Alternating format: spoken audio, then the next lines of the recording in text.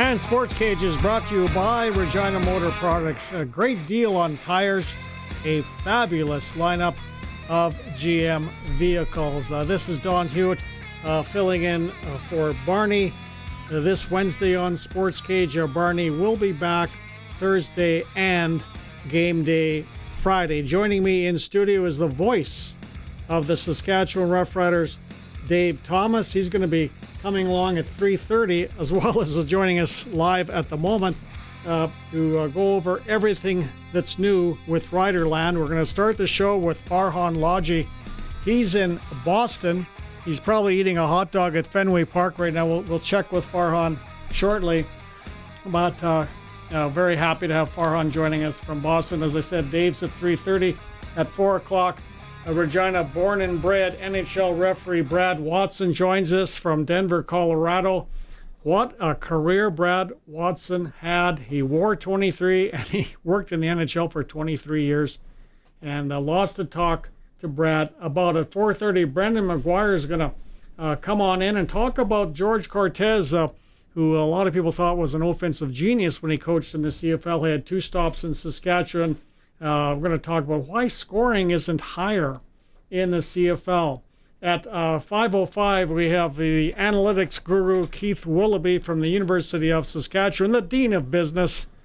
Very smart with numbers, unlike myself, Dave. But he's got some crazy stats. He's got some really cool stats that he's going to talk to us about at 5 o'clock. And Dave, welcome to the Sports Cage. You've got a nice little tan. You've been outside a lot.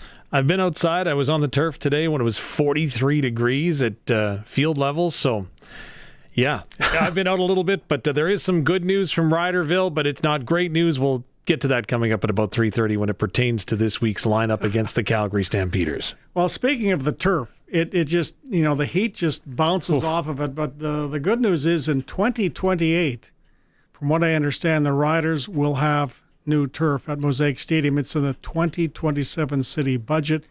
So I'm hoping when you're out in the field, Dave, in 2028, the reflection won't be as bad. They've improved the technology. You won't get so hot. There you go. Well, it's amazing that turf would have lasted 12 years then, right? So there you go. Yes, which is 2 years longer than normal. They apparently feel that it's good for 10. Oh, okay. But it's very expensive too, so we'll forgive the city for not going or going 12 instead of 10. Now, weird stat. The Rough Riders haven't beaten Calgary at Mosaic Stadium since 2018. I would never have expected that. No, and it's one of those things, even as poor a year as you would think that the Calgary Stampeders had, which led to all of their offseason changes, they did win here last year, right? It was the final regular season game of the year. So there's a lot of people that put an asterisk beside that, but a win is still a win is still a win. Right, and the Riders, I would say, weren't overly interested in that game. Is that fair to say? Or well, you've heard of declining a penalty. If you could have declined a game, there is a possibility that the Riders would have done that. Is of course just about a half hour before the game, the gust of wind in Montreal allowed the Winnipeg Blue Bombers to clinch the first spot in the West Division, making the game virtually meaningless because the Riders were going to be locked in second place no matter what happened. So the Riders went ahead and they made some adjustments. Jack Cohn got a lot of playing time in that football game, you'll recall. Shea Patterson started. So yeah. Right. Now that gust of wind, what a memory that is. That was so bizarre. I don't know if you're a religious man, and I don't know if God cares about football, but was it an act of God back then? I mean, it was so strange. Well, if you do, you know that he's a Blue Bomber fan. We'll tell you that right now. Because that was something that you'll never see again for sure. Well, Farhan, I think, is on deck. I mean, we're going to find him at some point. He's somewhere in Boston. I hope he hasn't forgotten that he's doing Sports Cage. But why don't we get to the Rough Riders right now, Dave, and you can sort of bring us up to date, and you've got a lot of interview clips that the fans would be very interested in listening to. Well, let's get to what happened today at Saskatchewan Rough Rider practice. What happened was that they held a closed practice, so we will get to all of the details with what happened as far as the players that were on the field. It was funny because there's different techniques that can be used because the team will be wearing their obsidian green jerseys this weekend, right? So one of the techniques to find a player's status and probability of playing is whether or not they're wearing the obsidian helmet, which has got the dark face mask, right? Brilliant. So you would think, oh, that's a great sign. But then all of a sudden on day one, of course, we've got Deshaun Johnson who goes ahead and, well, he decides he's going to take it off. So he doesn't like that. So we're like, well, what does that mean? Is he, no, he's not injured. Just didn't want to wear it on day one. So going by that, we're judging that as well. What the other thing that you can do, and again, this is kind of giving away a trade secret, but I was told that when you have a dark on dark jersey, it's sometimes hard to see the numbers, correct? Number one, don't get me wrong, the obsidian jerseys, I love. They're my favorite jersey the Riders wear all season. But the other thing you can do with a dark on dark, say in BC's case, is that you start to memorize the cleats and the type of cleat that the players are wearing. So then you can spot them. So what you look to do is see who is wearing dark cleats, because that could be a giveaway, right? So if you want to know, on the defensive line, none of the players are wearing dark cleats right now. In the linebacking core, only one player was not wearing the dark cleats, and that was CJ Rivas. He was wearing the white cleats. In the secondary, everybody was wearing white cleats except for Roland Milligan Jr., so there's a pretty good sign that he'll probably start on Friday. Okay, well, that is some reporting tips for any youngsters I want to get into the reporting business. Well, see, everything works well. The only problem is with that is that what happened last year was that the Riders in the first game predominantly wore their regular cleats. So, for example, Kean Schaefer-Baker wore his neon green cleats. Great. Well, unfortunately for the Riders, or the broadcaster of the Riders, is that in game 2 they liked the look of the dark cleats so much that everybody changed into the dark cleats. So that whole went out the window. Well, what's amazing is that at the AGM, they announced the amount of money that they earned through these new jerseys and helmets and uniforms. It was astronomical, like they hit the jackpot. $6 million. $6 million. Isn't that something? And yet when I saw them, I thought, well, one thing that I thought was really cool was they were the closest green to black. Yeah. I thought that was such a unique concept. I love the helmets, but I don't see the numbers as well. But you've got tricks about that, which tricks. I don't. There's tricks. Anyway, let's see if we can get Farhan on board and take a quick break. SportsCage continues in just a moment. And we're back with the SportsCage. I just got a text, Dave, from Mark Stephen. Voice of the Calgary Stampeders. That's right. Should be 30, but because of COVID, he's only been doing it 29. And his first question, to show you what the opposition thinks of Samuel Emilus, his first question to me just now via text was, is Samuel Emilus playing? And I said, Dave earlier just said no. He likely would not be playing on Friday. That's the Stampeders want to know. That's the gist of it. The Riders just did officially release their injury report for the day, ruling him out. It was going to be a decision after practice today, as they were going to have a conversation with the medical staff and as well as Samuel, see how he felt after practice today. So obviously I would think that he's not a go, as they've ruled him out. Also, Tavon Campbell was the other question mark, right? So I don't know, nicked up seems the wrong word, but he sustained a groin injury after making the 90-plus yard return against BC a couple of weeks ago. It hasn't recovered to the point that's allowed him to get back out onto the field, so I would doubt that he is going to be back in the lineup, as it'll be tough for him to go. So it's going to make an interesting roster for the Saskatchewan Roughriders that they're going to put together when they have to juggle not only healthy bodies but also the ratio now, when you consider that they're going to be taking Travion Tate out. He's been ruled out. Right. So you put Zach Fry in, who's a Canadian, so a Canadian goes in for American. Thomas Bertrand-Houdin, who hasn't practiced all week, would likely come out, meaning that Kadeem Carey would likely be the backup that you go with there. So into the defensive side, now again, you start doing the count, right? So you've got 2 receivers that are Canadian. You've got 3 offensive linemen. You've got linebacker A.J. Allen, who's been terrific. Then you've got Nelson Lacombo. So there's your 7 starters. So Antoine Brooks Jr., who got that interception against BC late and then jumped into the crowd.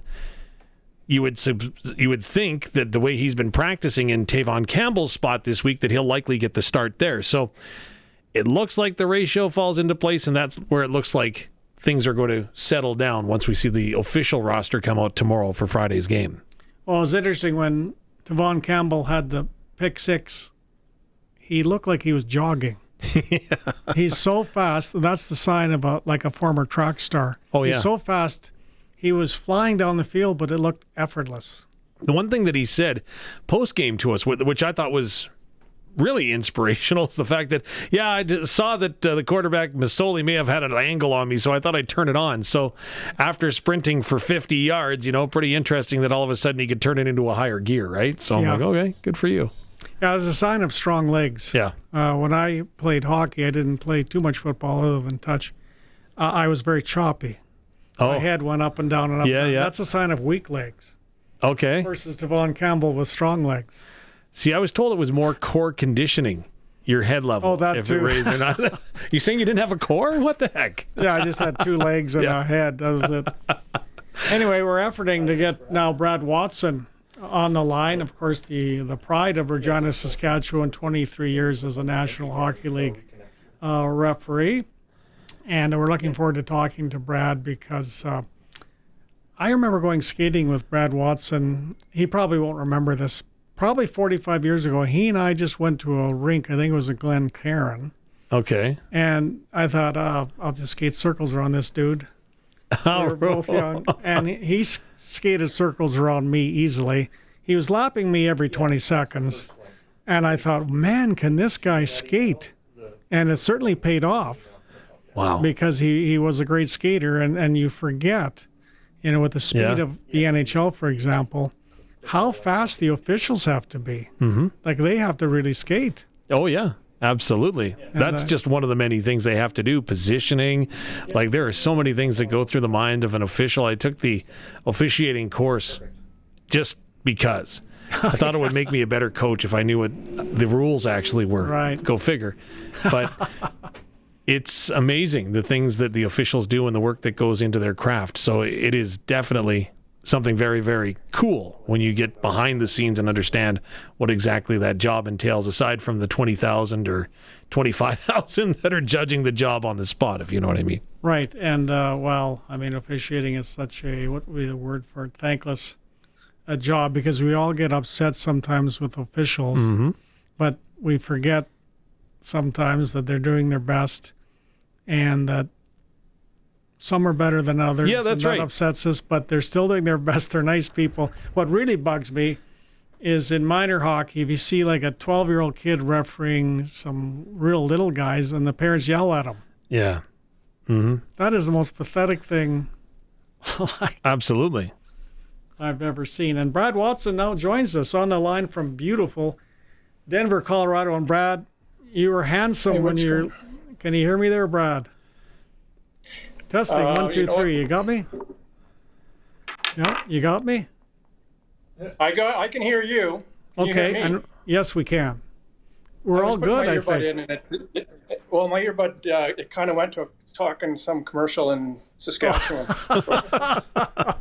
Well, Brad, I can say this. You were a handsome man when you left Saskatchewan, and you still are. Oh, I can hear you now. Can you hear me? Yes.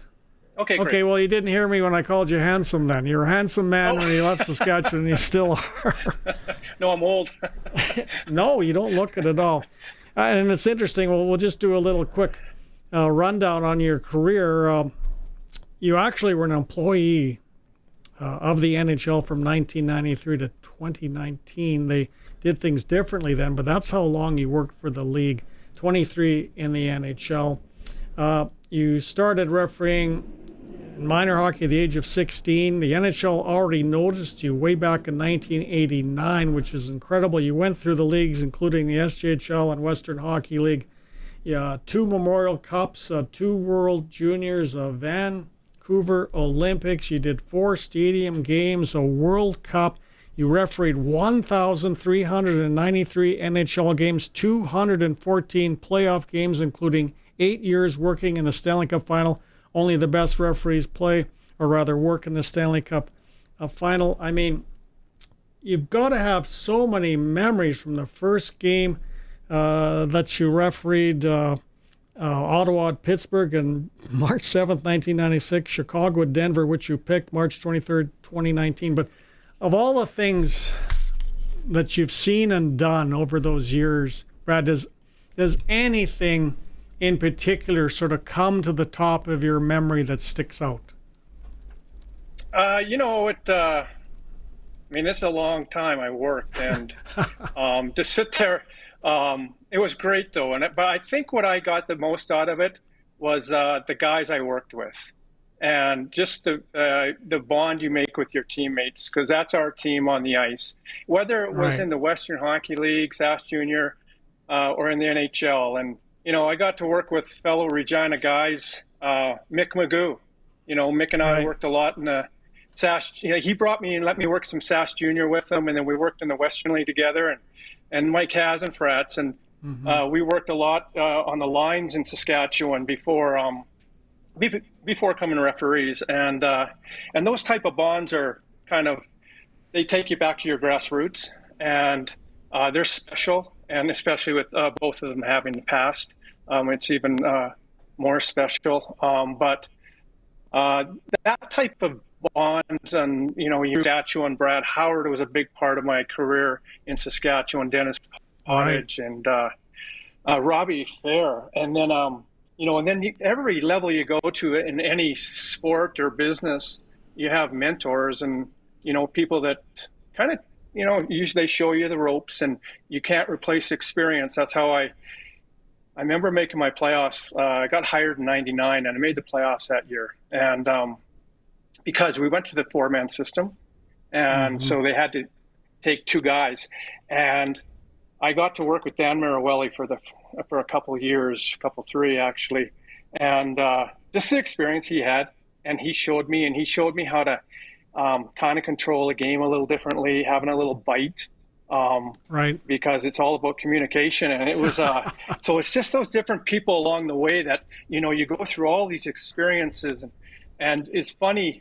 I worked 20 full-time years in the NHL, and you go back, and I was trying to think this afternoon, kind of going over some things that have happened in my career, and it's funny that officials, you remember your bad calls way more than you remember your good calls. Is that right? Like I remember, it's kind of a crazy thing, because I remember being in Anaheim, and Detroit's playing there, and there's 1 minute and 9 seconds left, and Hossa scores, the puck scooted through the goalie, and I didn't see it, and I'm blowing it, and I had to disallow the goal, and they lost 2-1, and I thought it was the end of the world for me, but you just got to suck it up and go back out there and do your best, and we're not going to be perfect, but it's a really interesting job. It's really gratifying.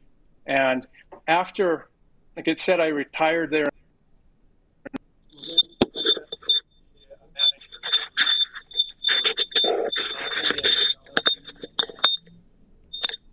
We just lost you just about 10 seconds ago, Brad. We just lost you, if you can hear me. Those AirPods, I tell you. Wireless AirPods. It's interesting when you go back in time and you look right now at the National Hockey League, and you've heard, and I'm going to ask Brad this when he comes back, is that you've heard of 6 degrees of separation. Brad's back. 6 degrees of separation. And I would say, not having statistics to prove it, but you don't have to look much further than that when you look at officials in the NHL that have a tie to Saskatchewan, whether they're from Saskatchewan like you are, or whether they've played, or maybe more so officiated in a local rink in Saskatchewan. What is it that we're doing right to develop officials here? We have a great mentor program. It's Saskatchewan. It's funny. When I was working my amateur hockey, I got an opportunity to go to some the World Juniors. I went to the Izvestia Cup in Russia, and being from Saskatchewan, I always felt I was like one of the leaders because of the hockey we had and the mentorship that the guys that the Dennis Pottages of the Lakes would pass on to you, and they pushed you to strive for the best. And So I always had a lot of confidence coming from Saskatchewan. And we have a great feeder system. We have the Pats, and then we have the SAS Junior, and then it goes into AAA and minor hockey. And there's a stepping stone all along the way. And I think your best officials, I think, conquer each one of those leagues. And it really pays, it shows when we kind of get on the national stage. Just hold on for a sec, Brad. We heard you, but not as well as we'd like to. There we go. There we go. Now we're back. Okay. I must have the bad earbuds. No, I think it's all good. We did hear you, but not as well. I wanted to ask you, when you take a look at the sport of hockey and all that's going on, what's whether it's in the NHL or the other refereeing you did, what is the most emotional thing you ever saw on the ice? Well, I think personally, I think from a staff. I was working for Brad Morningate in 1987, and I was a linesman in that game,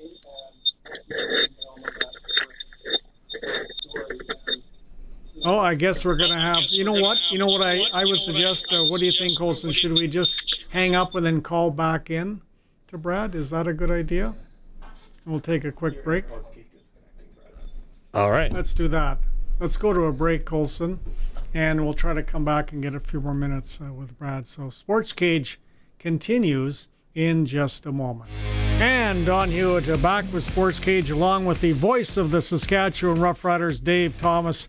And Brad, I'd like to put in a request because of all the problems we've had. Can we book you again for this show? Yep. Because we need to hear more of you than we're hearing, unfortunately.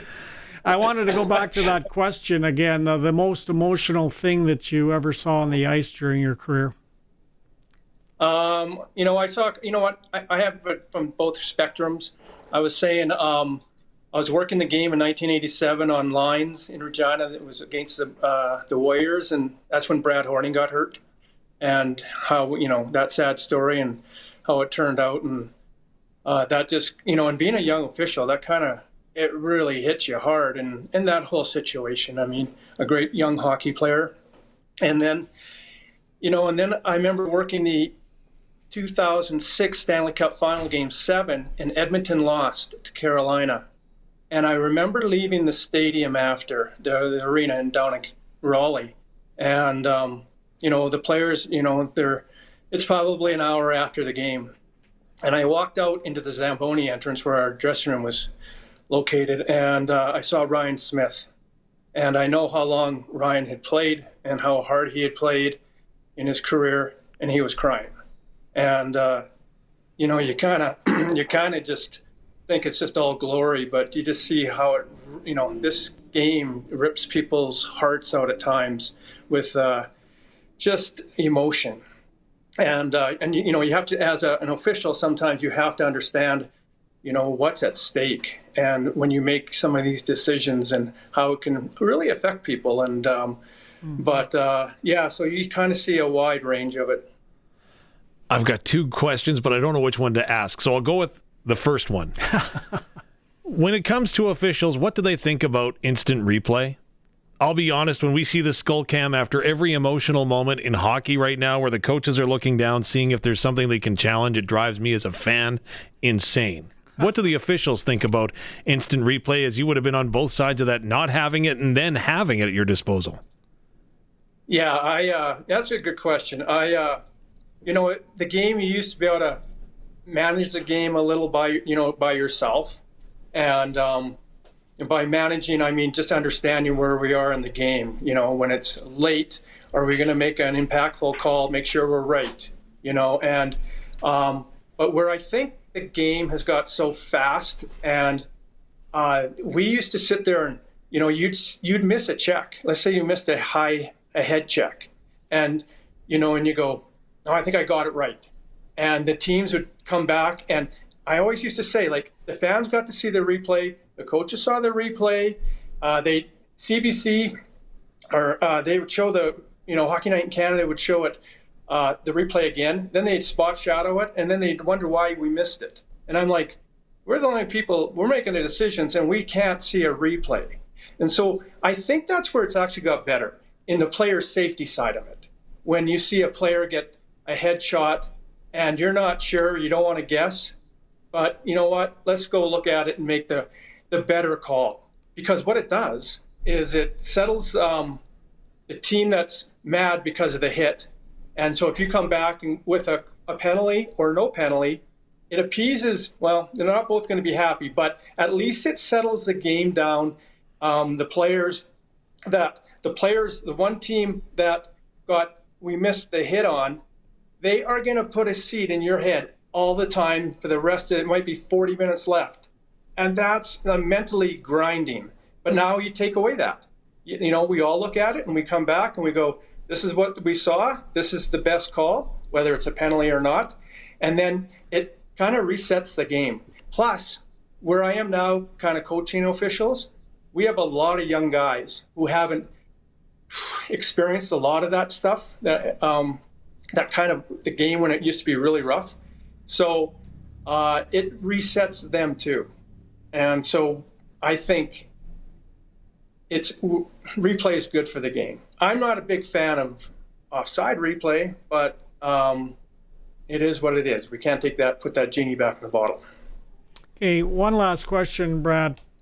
Over your career, and you'll probably have to be diplomatic on this answer, but have you ever been told to change your refereeing style, be it from the regular season to the playoffs or later in the playoffs as the next round begins? Is that ever discussed because the owners or the commissioner want a certain style depending on the circumstance of a game? Well, I can honestly say Gary Bettman, we have a conference call at the start of the playoffs with all the officials, and he stresses, do not change the standard. It may seem like we change it, or some guys change it, but we don't. I'm fortunate enough now I get to run a series, and what that means is I go talk to the coaches and GMs before the series starts and before the next game. And my message right at the start is our guys are going to call the standard, we're going to try to enforce it like the regular season. But if they're not sure, I don't want them guessing, because I'd rather have a missed call than a soft call that's going to, could result in a goal, and then it just kills the flow of the game and that. And you know what? They both sides always agree. Brad Watson, one of the best referees to ever don skates in the National Hockey League. We could do a 3-hour show with Brad, don't you think, Dave? But absolutely. We're going to try to get you back on at some point, Brad, because of our technical difficulties. But some of the insight you shared was very, very interesting. So we're going to see you again on SportsCage, and we wish you a good rest of the day in Denver. SportsCage continues in just a moment. And it's Don Hewitt back with SportsCage, filling in for Barney, who will be back tomorrow in studio, the voice of the Saskatchewan Roughriders, Dave Thomas. I'm going to throw it over to Dave and let him take over the show because he needs to tell us what the heck's going on down at Mosaic Stadium. I need to answer questions. My phone is blowing up. Dave, talk about the Riders. So if you've got a question that you want, how about if can we throw the numbers out there? 306-936-6262. Call or text, and then I'll try to answer your question if you've got a question. But let's run down this matchup, okay? Saskatchewan Roughriders are 4-0. Calgary is 3-1. First meeting of the two teams this season at Mosaic Stadium coming up on Friday night. Today's practice was a closed practice, meaning that nobody gets a chance to see it until it's completed. And as I was mentioning earlier, we try to use all the visual cues that we can to try to figure out who was participating and who wasn't. We did see that Samuel Amelis had worked up a sweat today. But then again, it was 40-some degrees on the turf. So, again, that's not a great sign. But we did notice that Tavon Campbell likely didn't take part. So following the practice, I caught up with Coach Mace, and foremost in my mind was whether or not we would see that cornerback Tavon Campbell, who's got interceptions in back-to-back games, whether we would see him back on the field here on Friday night. TC, it might be a little bit tough for him, but it's nothing serious, but just maybe this week might be tough. Now, he sustained a groin injury is what it was. So it was after he returned the interception for a touchdown, but it was in a coverage play where you may recall that he actually went off the field, and he tried to come back and just didn't go. So obviously something is tweaked there. When you're talking muscle strain, you have to make sure that you take care of it appropriately, because very quickly it can become worse than what it was. So Tavon Campbell is likely going to be out when it comes to the starting lineup on Friday against the Calgary Stampeders, which might be music to their ears because the Stamps coming in have the second best passing defense and seventh best passing offense. So what I'm getting at here is that their seventh best passing offense is already going to be inhibited because Reggie Begelton is not going to be in the lineup. He is on the long-term injured list in Calgary with a broken leg. Clark Barnes, who scored a touchdown for them last week, also was shaken up on that same play and hasn't practiced this week. So one less defensive back, the caliber of Tavon Campbell, might be music to the Stamps' ears. Now, when it comes to this matchup, though, of course, the winner is going to get a pretty big leg up in the West. If you look at the way the West is broken down thus far, BC and Winnipeg have already played their games together, right? So their season series is done. Winnipeg has won that 2-0. And yes, we are only in week 6 of the CFL season. I did not design the schedule, so ask me no questions. But with the Stamps and the Riders only playing twice this year, this game is going to have some added magnitude. So I asked Coach Mace if this week, being week 6 of the CFL season, was any more important, given the fact with the records of the teams, and this is only one of 2 meetings against the Stamps. All the games are important, man. We know how this league goes. Depending on what happened in week 6 might determine what happens at the end of the year, right? So we treat each one the same, truthfully, and I know what the makeup is of the game, just with the 2 teams' records. But, man, we're approaching this one like we did the last 4. So we've talked about the Calgary offense against the Saskatchewan defense. Again, the Riders giving up the 4th most points per game in the Canadian Football League this season. But if you look conversely at the Riders offense, number 1 when it comes to points per game this season. Calgary, by the way, has given up the fewest points this season, averaging just 20, and they haven't given up a touchdown in the first 3 quarters of a game yet this season. So it's going to be a work in progress, and a lot of that work is going to come down to the Riders' offensive line.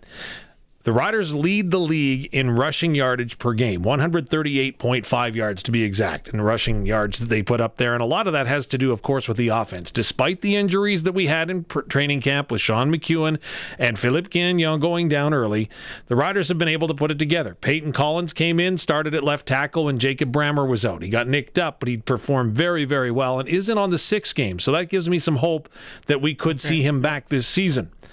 However, we did learn that Travion Tate was nicked up last week, has been in a sling all week this week, and is likely going to go on the long-term injured list, and we'll have to see whether or not he can battle back. So Zach Fry, who took his place in the game against BC, will get the start at left guard this week. So if you line them all up, left tackle to left guard, once again, you're going to start with, who's our left tackle? Oh, we got Daniel Johnson. Sorry. He's a great... Oh, just a great find. Absolutely. Great Canadian, right? Right. So next to him will be Zach Fry. Then you've got Logan Ferlin. Next to him will be Jacob Brammer. And then, of course, Jamarcus Hardrick. So they've only given up 5 sacks all season this year. Remember when the times weren't quite that, well, you know what I mean. But saying that, right, so I talked to Coach Mace a little bit about the offensive line, because the offensive line, they actually came back early from their bye week to get together and start watching film and prepare. Wow. And if this is sounding like a rerun, that's what they did, of course, going into training camp this year. They came into Regina early to get to work together. So I asked Coach Mace a little bit about how much accountability that offensive line has taken, and how much of that load that they're taking upon themselves to make sure that they're prepared and the best that they can be.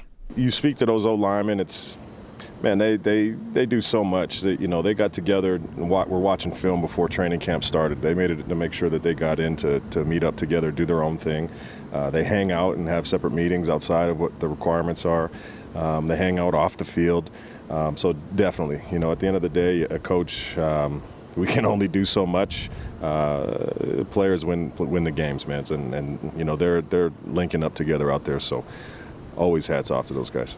And, of course, we've given a lot of props, right, in respect to offensive line coach Edwin Harrison, who's done a terrific job, who he is called Coy by the rest of his coaching staff. Coach of the year. right? So just a nickname, and again, it's well deserved, right? So he works with these guys, and they've come about and done it the right way, which sets a tone for the entire team. So with the standard being the standard, you often hear Coach talk about that, right? Coach May says, we have a standard and we hold everyone to that standard. So the question I asked him as a follow-up was then, who's got a higher standard, the offensive linemen themselves or the coaches for the offensive linemen?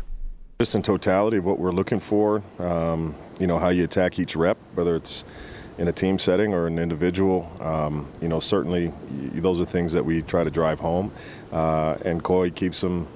He keeps that standard every single rep, even in Indy. You watch how hard those two, Logan and Yosh, are going in their reps.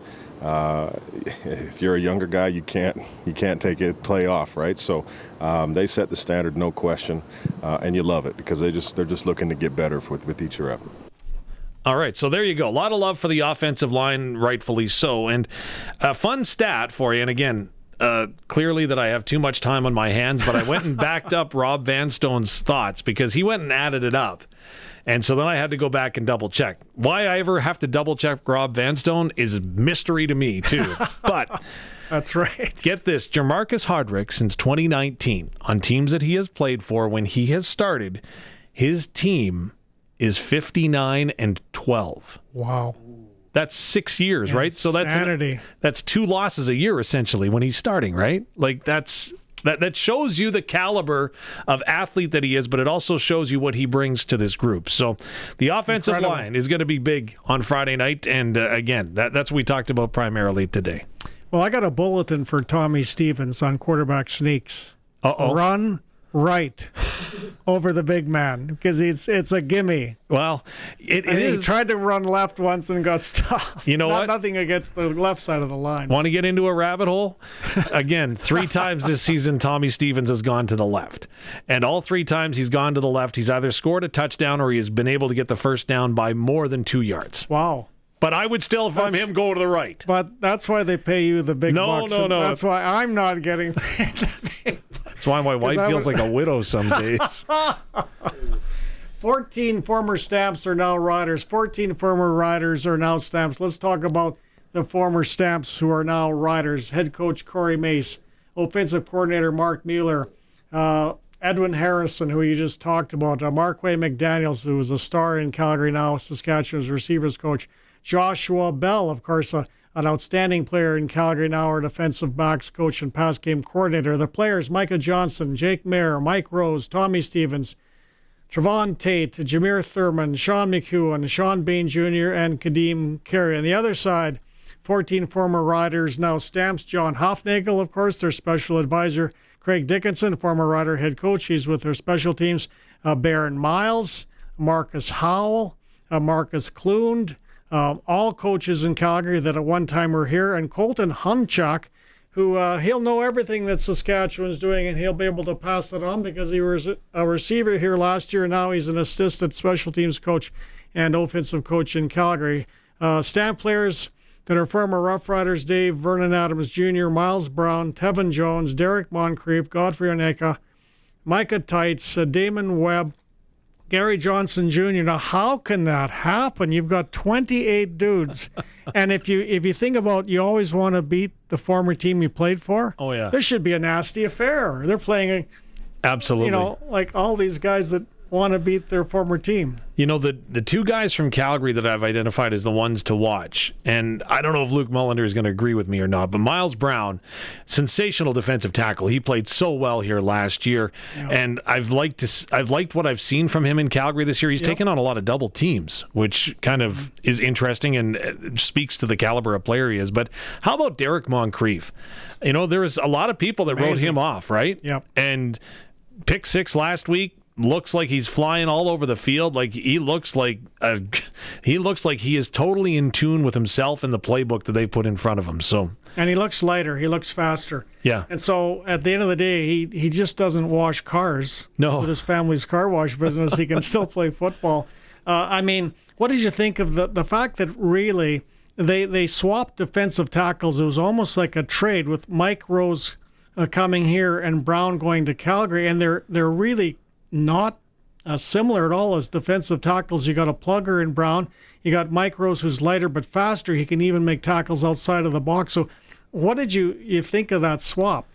You know, you can never teach experience, right? And so that's what Mike Rose brought in with him. And I would suggest, and he will be the first one to deny this, but I thought that he had a bit of a chip on his shoulder when he came in.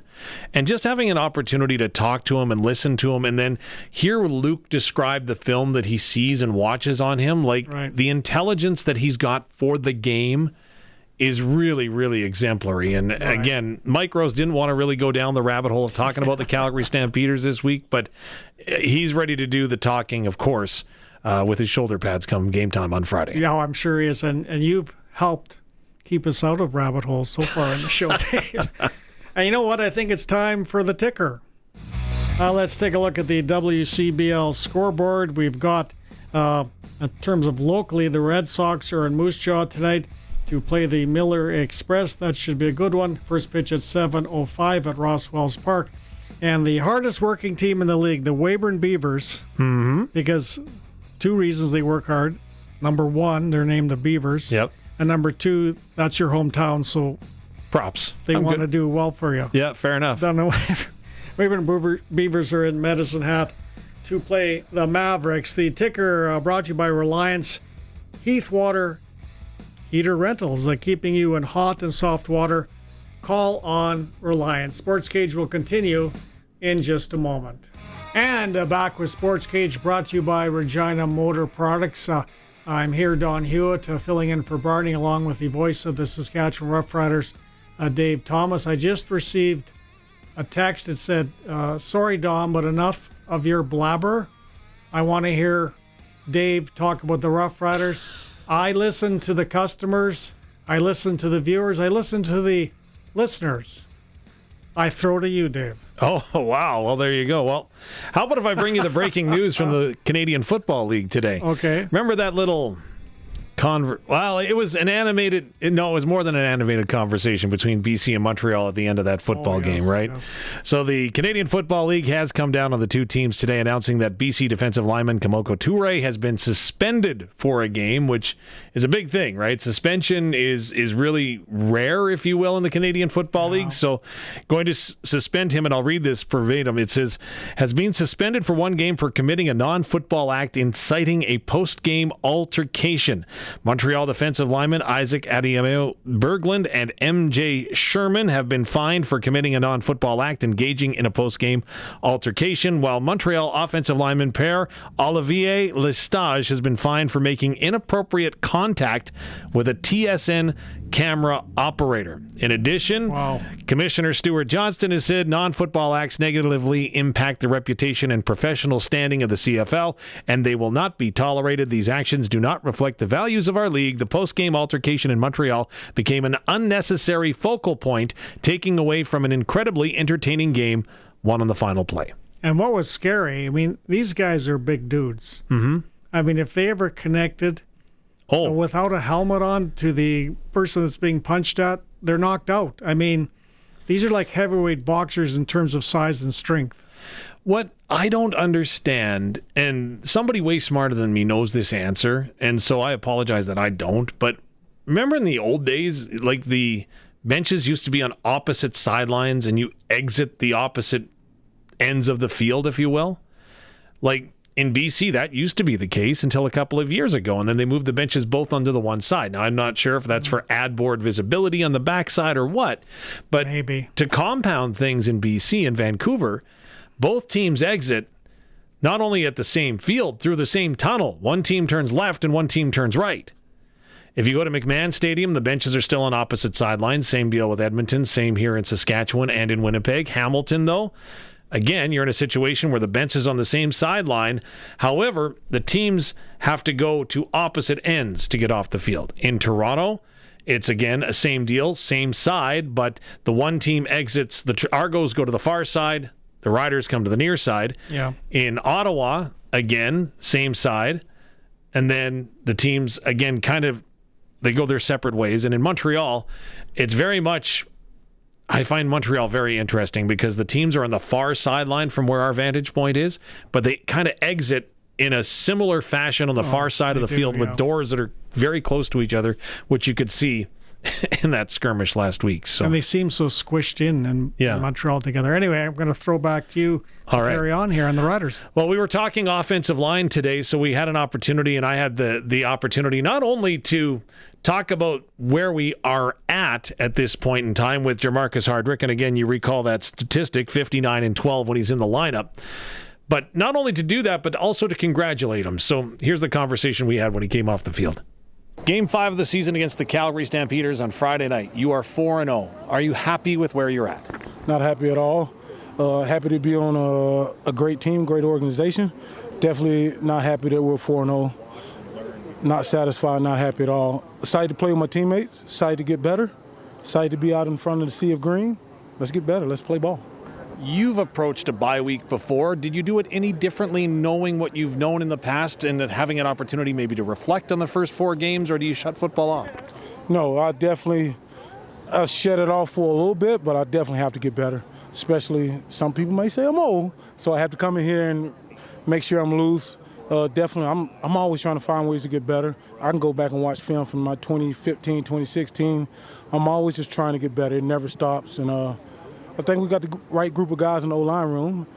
Leaning on Sean. Sean is back. Logan's in the room. We just have a great group, and guys want to get better. I love to send DJ clips. So hate to say it, but me back in my old days, and I send him this is what I did here. I want to get back to this, and me and him will come to practice and we'll work on it. So we're always trying to get better.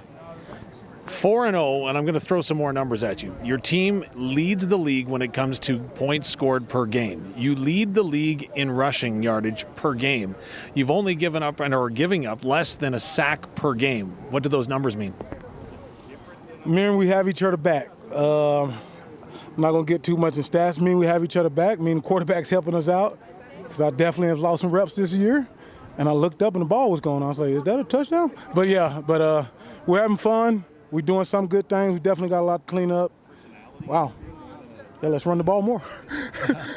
We had a very raw conversation up in Saskatoon at training camp. It is almost a year to the day since you were injured in Vancouver, and you talked about that process in getting back. When you look back at that year that's gone by, what comes to mind? How much I missed it, just the work I put in, and how much, I leaned on my teammates, my trainers, and my coaches, my wife. Just for 2 months, I couldn't do nothing with my leg. My wife had to get me off the bed. She had to put me in the bathroom. She was already my superwoman, but that really showed me she had to scrap me up. For literally 2 months, my leg was locked. She had to put me on the toilet. She had to get me out the bed. She had to put me in the truck. And that just showed me even more, I got to get back. But being here when I was hurt and watching the guys practice, just watching individual, I miss that stuff so much. So won't be perfect, but every day, usually when we go individual drill, I'm trying to run over there because I remember the time I couldn't run over there. So that's why at practice, I'm probably running around like a dog because of the time I was on crutches and I couldn't. So when you think back, there was obviously a mental hurdle to get over, right? Have you cleared that? Cleared the mental hurdle, cleared that, and that was the hardest part. That was hard. I remember just telling myself, you can squat, but it wouldn't squat. Then somebody would push me down when I was at PT, and I was like, oh, I squatted. Then the next time I go up there, I still wouldn't even squat, and I was like, it was so much mental. So that was the hardest part. And, I got so many people to thank. We ain't got time, but I got therapy, coaching, all, so it was a lot went into it. Okay, before I let you go, then I want to go back, if it's all right with you, to talk about your superhero.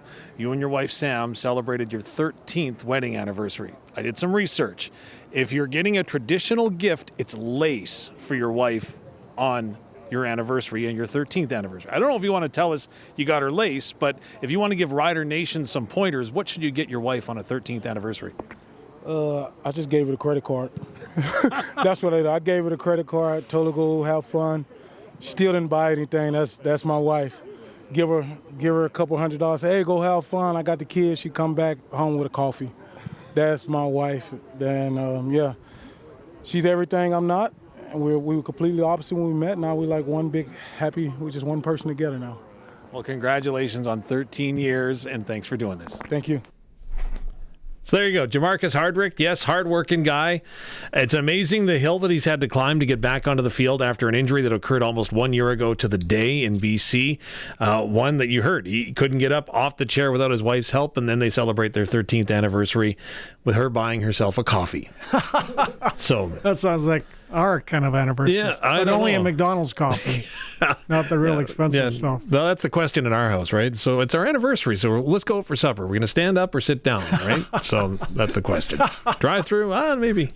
But yeah, so Jamarcus Hardwick, obviously, again, one to watch, and you can just hear, you could hear the little verb in his voice, right? The little vibration where, it's an emotional time. And as fans, right, we hear, okay, he's got a bicep injury. He's got, a leg injury or whatever. And we think in terms of weeks, and we often don't think about the terms that go with the rehab process and trying to get back. Like, for example, Sean Bain Jr. shaken up last year, right? And we see horrible leg injury, and that's kind of where our mind stops. We're not considering, okay, he might have to go under surgery. Then he's going to have to rehab all off season, and then he's still rehabbing to begin this season. The good news for Sean Bain Jr. fans, if you're following along and hadn't heard, he actually has been putting on a practice jersey. And he's done that for the last 2 weeks. So what that indicates is that he's getting closer. Now, he's not practicing or out on the field with the first-team offense, but he has been taking some scout team defense reps. So he's getting closer. And then you think about it, it was such a dirty hit that he suffered from that Ottawa defensive back. It was filthy hit, and it ain't right when that happened. Led to a rule change, right? The CFL that's a good point. Put the rule change in because of that hit, right? The receivers are protected down low and up high. Speaking of players that I don't think he needs protection, but he loves an escort, and that's Tommy Stevens, the quarterback for the Saskatchewan Roughriders.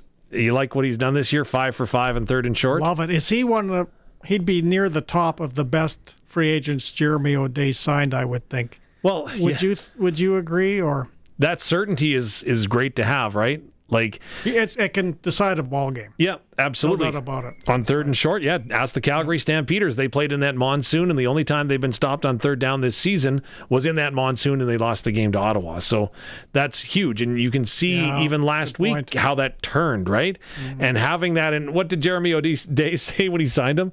Well, I just want to see him running for us and not against us, right? Yeah. And look what happened to Calgary. That's a great point he made. Yeah, don't want him in Calgary. No. Especially now with 3-1 and 4-0. Oh, yeah, for sure. And you'd think, I would have thought that maybe there'd be some bitterness with Tommy Stevens, right? He left as a free agent. He wasn't like Jake Mayer. Jake Mayer, don't forget, the Rough Riders went out and traded for Jake and then were able to re-sign him. Right.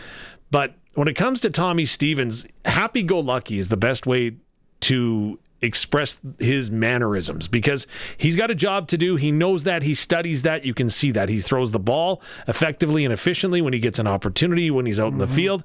And again, he just genuinely loves football. And so I talked to him after practice, and while we thought about talking about coming up against Calgary, he pointed out what Mike Rose essentially said, there's really nobody there that I was playing with. Like, that's a totally different team. I want to focus where I'm at. So we focused our conversation on what he does best, which is running the short yardage unit. Tommy Stevens, 4-0 start as a Saskatchewan Roughrider. What was the bye week like for you? It was good. Needed rest for not only me but the rest of the team. Good to I guess kind of reset and I guess redial our focus and get back to work. Momentum, they say, doesn't carry over week to week, or does it? I think it does. I think that you can build continuity with the team and kind of get more comfortable within the system if you're a new guy. I mean, I think there's a lot of things that you could, I guess, say that work with week to week, but each week is its own entity, and you got to bring it every single week as far as your preparation and learning a new opponent and all that stuff. So a little give and take both, I'd say. Can you tell me how you approach a week? Because you've got a very important job, but also you could be thrown into the mix throwing the football in the next rep as well. How do you approach? Well, I think all three quarterbacks that are active, I would all four of us are all learning at the exact same. So we're all preparing the same way that Trevor does. And then, whenever they install short yardage, all four guys are getting short yardage installed as well. So yeah, just each week trying to learn from, not only Trev, but, if Jake's in there, if Jack's in there, whatever, just trying to learn from each other and at the end of the day, trying to get better. Have you heard an ovation like you did last game against BC, not only when you're running third down, but again late in the fourth quarter when you got the ball in your hands? It was pretty cool. I mean, it was still loud in there, and I just thought the fans really brought it. And it's been exciting to be here, to be part of the atmosphere that's in here in Mosaic, and I've been on the other side of it as well. So I'm glad that part of the good guys. Could you tell me what that anticipation was like? Because you could feel something in the air when you went into the ball game, especially late in that fourth quarter. Yeah, I mean, it was just kind of a quick thing that happened, and asked me if I could do it, and I was like, absolutely. I would love to get in there and run some plays and try to run this out, and I thought we did a pretty good job of it. So hopefully we can build off of it. Can you take me through, without giving away any trade secrets, what happens on a short yardage play? Like, I'm assuming there's footwork, there's obviously communication between you, the center, the rest of the offense. How do you prepare for that when you can't really rep it that much in practice? Yeah, I mean, there's only so much you can do in practice, but ultimate buy-in by the guys, being able to take what we draw in the meeting rooms into a real situation that you really don't get a real rep of, right? So it just kind of trust and know that we're gonna be physical first and foremost, and do what we can to execute the play. Certainly 4 weeks in, Rider Nation's got trust in number 17. Thanks for doing this. I got trust in them. I love it here, man. There you go, Tommy Stevens, first-year Saskatchewan Rough Rider. Of course, if you look at the numbers, he's compiled them, and he's over 97% efficient when it comes to converting on short down situations. So, you know obviously, what that's called? No. It's called 6'4", 245. Well and said. how do you stop a guy that's that size and is outweighing linebackers and defensive backs that are coming in to try to hit him? Oh, but his athleticism too, right? Like, you've seen him.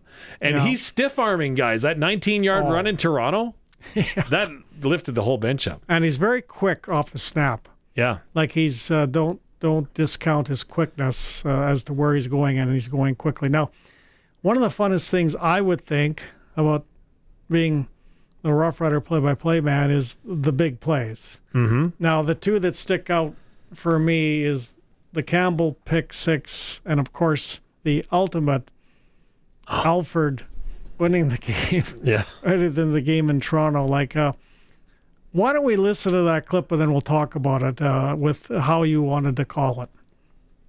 Houda and Mario Alford back to return. This one will be taken by Alford right in the middle of the field at his 10, up to the 20, 25, 30, has a seam to the 40, 50, midfield, Mario Alford down the sideline. Let's go! Be caught, no flags, Mario Alford, touchdown, Riders! You got the feeling all game that Mario Alford is that to call something like that, and how do you prepare in case something like that happens, Dave? Okay, so I can tear back and take you behind the scenes on this play. So the Toronto Argonauts march the field on the Saskatchewan Roughriders. So they get down there within 2 points. The Toronto Argonauts have an opportunity to go for two. They make an incredible play on the 2-point convert. We're tied. Right. So there's 23 seconds on the clock. Why that stands out is because there are certain things in Rider lore that are always going to stand out, 23 being Ron Lancaster's number. So 23 seconds, wow, that's pretty interesting. That's going to be something else. Yeah. So the funny part is to take you behind the scenes is that I didn't see the ball actually kicked off. I, at that time, was absolutely convinced that we were going to be going to overtime. So I was scrolling through my notes to find out what the CFL format is for overtime as to whether or not they're going to be taking a commercial break after regulation or not. Okay, to make sure you had your breaks correct. Exactly. Okay. So I didn't see the ball actually kick off. I heard it. So I look up, and now I see Mario get the ball. And I was a little surprised because, like Glenn Suter, who put it so well on the broadcast when he says, "Do you kick it to Mario?" And he says, "No." I did not think that ball was going to go to Mario Alford in my wildest dreams.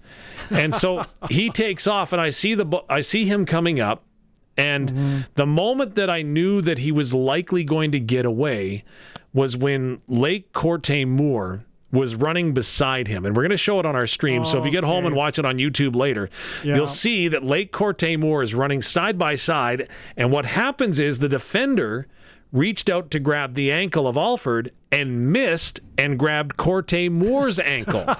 So that's why Lake fell down on the play. And as soon as that happened and he didn't hit Mario, I'm like, okay, they're going to go. Now, Mario Alford, he's a farmer, right? West Virginia. He used to chase cows. Yeah. That's why he's so fast in the farm. Well, I don't know how fast a cow can. Well, actually, I do know, but we're not going to get into why I know how fast a cow can go. But Mario Alford, I had all these ideas dancing through my mind. So as the return is now going, Luke, as you can hear, is getting more excited. Yeah, he was. Yeah. And the booth that we broadcast out of in Toronto is very, very tight. Like, we're two big guys, and we're elbow to elbow, literally. And so Luke's getting excited, and he's flailing his arms. And so if you hear... That sounds dangerous, by the way. It is, absolutely. I've got the bruise on my ribs to show you. So if you are listening and you can pick up my voice cracks a little bit just as Mario gets into the end zone, that is when Luke hit me right on the rib cage and, again, kind of knocked the wind out of me. And you're so excited, the adrenaline is going, and then the rest is history from there. But that's behind the scenes when Mario Alford runs a ball back 91 yards for a kickoff return touchdown with 23 seconds left on the clock. So here you are looking for where your breaks, your radio breaks, Pay the Bills is coming. Yep. And so it's almost like it took you by surprise. Well, it took everybody by surprise, but you in particular. I saw where Mario lined up, and I thought, well, they're not even going to kick it to him. Like, I thought 23 seconds left, like, they'll probably even try to squib it down the middle of the field. And, again, we've seen Trevor Harris operate that less than 2-minute drill by throwing 3 plays real quick to get into field goal position. So I thought, okay, this is going to be a distinct possibility as to what could happen. But then, like I said, never did I imagine that they would go to Mario. And again, people are way smarter than me. Toronto only had 11 players on the field, so maybe that 11th player made a difference. I don't know. But end of the day, it was like, wow, things are going your way, right? Well, I'm no special teams expert, but when you're missing a man, your lanes are getting screwed up. And I looked at that game as being we won in part because of a Toronto coaching error. And, we could go back to 2009, but we won't. No. On that situation, we won't. We also had Coach Majiri on after that game, which works out, always great to have the special teams coach on after that. The player that they were missing was on the field side. Okay. So it likely wouldn't have had a huge impact, but you can go check out his interview with us because he goes into it a little bit, the call they had and why he didn't think they would actually squib kick it, because go figure, kicking a football is hard. So squib kicking, it's hard as well. But yeah, he was as surprised as we are that they kicked it straight to Alford too, I would say. So. Well, yeah, the other part of that interview, Colson, that I remember that I thought was sensational, and again, you can listen to the coaches show, go to sportscage.com under Saskatchewan Roughriders. It says the Riders Coaches Show, and you'll hear all the coaches talking about the games. And the one thing, well, what did you think about them having only 11 players on the field? And he said, I wouldn't mind if they only had 8. I would have been okay with that. So Kent Majuri gets that one. People might criticize us right now and say, why are you talking about a play 3 weeks ago? And the answer is because, darn it, we still want to talk about it tomorrow. Very it was true. Such a great play. Boy, I enjoyed your description of that play call for the Alford touchdown. Sports Cage continues in just a moment. And for our clutch performer this afternoon on Sports Cage, whenever I have a question that I can't answer or I don't know, there's always one source I throw to. Who else? The voice of the Saskatchewan Roughriders, Dave Thomas. Oh, wow. I don't know if you want to lean on me that hard, but hey, I want to send a shout out to Borden, Saskatchewan. You know where Borden is? I certainly have heard of it. No, I can't Between remember. Saskatoon and North Battleford Highway 16. The Borden Bridge. I drove by there 2 weeks ago. Yeah. Famously crosses the North Saskatchewan River. Okay, right. Savannah Sutherland is from Borden, Saskatchewan. She actually finished her high school in Saskatoon at Bishop James Mahoney, and she's just been named the Sask Sport Athlete of the Month. She was competing in the NCAA Track and Field Championships in Oregon. Finished first in the women's 400-meter hurdles event with a time of 52.46 seconds. And why that's important is it set a new Canadian record, provincial record, and NCAA championship record. Good for her. So congratulations to her. 21 years old, of course, got her eye on the Olympic Games that are coming up. But again, those are some pretty substantial records to have broken for Savannah. So congratulations to her. That is really cool.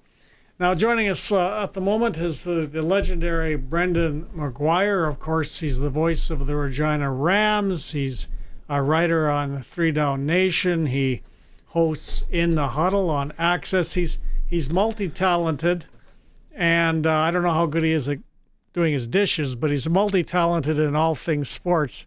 And you know, Brendan, I've never really liked Gary Bettman, and I don't know if you probably didn't hear earlier when we had Brad Watson, former NHL referee, on the show. But I asked him the question. Actually, Dave was going to ask him the question, but I got in ahead of him. I asked him the question, have you ever been told to change the style of your officiating, be it from regular season to playoffs or one playoff round to the next? Have you ever been told by, your leaders in the NHL to change the style? I thought I'm going to put him on the spot with that question. And don't forget, he's got his pension as well. He still works in the NHL as an official with his supervisors, but he had his pension on the line on this question, so I didn't know if he'd answered, but he did answer it. And I was shocked with his answer, Brendan, because he said, no, Gary Bettman gives us a speech, gives the officials a speech at the beginning of the year and the beginning of the playoff run. Do not change your style of refereeing under any circumstance. All these years, I've thought Gary Bettman's sort of a bad guy, and now I hear that he's actually not. Are you surprised that as far as the officials are concerned, they have never been told to change their style in the playoffs? Not really. I don't know that I've ever thought Gary Bettman was a bad guy. I think he's in a position that makes him a bad guy because there was once upon a time when, there was an era when the commissioner of any league would brag about making the game holier than thou and pushing back on interference from certain owners, etc. And that's all changed. They say after Bowie Kuhn left as commissioner of Major League Baseball, that changed because from then on it was always just a yes man who they would put in the position. I think Gary Bettman actually handles all of that fairly well. I met him once when he appeared in Estevan, Saskatchewan. I got an opportunity to do a one-on-one with him. And it lasted all of, I think, 3 minutes. And he was just so cold, like just no personality whatsoever. And I get the sense that he's just very focused on what he's doing. And I've never had, look, there are some commissioners who you can look at and say, he's a little bit greasy. I never got that vibe from Gary Bettman. I feel like he's a slippery lawyer, right? Like, and I don't think he understands the sport very well. And so the reason that's a detriment to him is because when it's time to make changes, when they need to make changes, he always defers to hockey people and he lets them fight it out. And the problem is, I actually think that's the worst thing you can do sometimes, because you shouldn't be making changes just for what the hockey people want. It's for what the viewer wants and what the fans want. So, as far as I don't love Gary Bettman either. I don't love any commissioner. But as far as like being a bad guy, I think he's probably better than most. Well, my bone to pick with Gary Bettman is he has categorically denied that CTE has anything to do with playing hockey. I mean, the and been NFL's very admitted aggressive it. toward reporters who, and sorry, I was just going to say he's been very pushy to reporters who try to dig on that too. Like he's out and out ridiculed reporters for making the suggestion. Yeah, I mean, he gets prickly. And how do you feel if you're a family member of a player that's killed himself because of CTE, and you've got the commissioner of your league denying that there's any sort of a connection with the sport of hockey, especially in the NHL where it's faster, bigger, stronger. So that's my problem with Gary Bettman, and he doesn't want the owners to pay up like the NFL has. And, to me, it's all about money with Gary Bettman. It's not necessarily what's better for hockey. He's a businessman. He's loading up the owner's pockets, and he does a darn good job at it. And if you're an NHL owner that wants to get richer, he's your man, because he's grown the game amazingly. Although TV ratings in the U.S. were down this year, a lot of people may not know that, but they're doing very well in Canada. The game is still growing. Now we go to the absurdity. We're going to talk football. I don't know, we got onto this because of what Brad Watson said earlier, but now we go to the absurdity of possibly going to 34 NHL teams from 32. Houston and Atlanta look to be on deck. It'll be harder again for Canada to win a Stanley Cup. But you've only got 32 in the NFL. You got 30 in the NBA.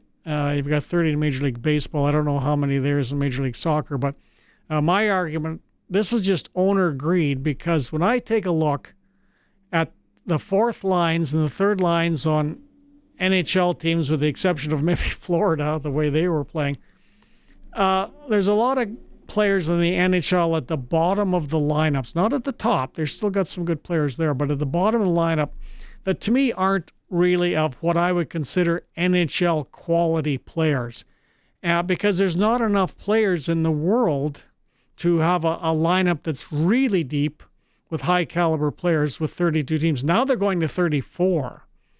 And I just think it's just a money grab, and the hockey's not going to be as good again. What do you think of that? Well, the supply of athletes isn't there for the sport of hockey that they are for the other sports. So what are we doing, jumping, and by we I mean the NHL, jumping way out in front of the NFL, the Major League Baseball, the NBA?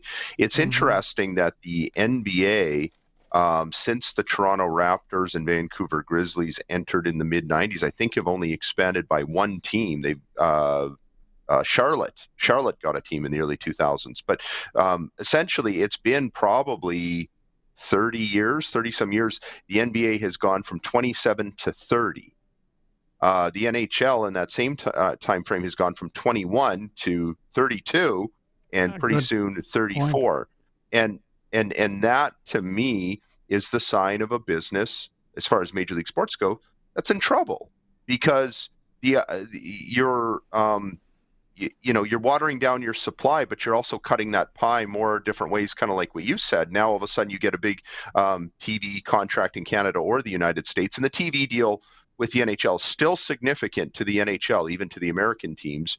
Yeah. And so if you splinter it two more ways, to me that's not showing a lot of long-term vision. I don't know that going to those, I do think Houston's a good market. I've long questioned why they aren't in Houston, and I do think there are other American cities that would do okay, but I've never understood this fascination with Atlanta. I mean, if Ted Turner couldn't make it work in Atlanta, what makes anybody think that anybody else could either? And why would you want to be in Atlanta? And a lot of NHL teams, quite frankly, it sounds like a lot of Major League sports teams, it's a major misconception that they are all super profitable, right? Because we hear about the gaudy sales numbers whenever they sell the franchise.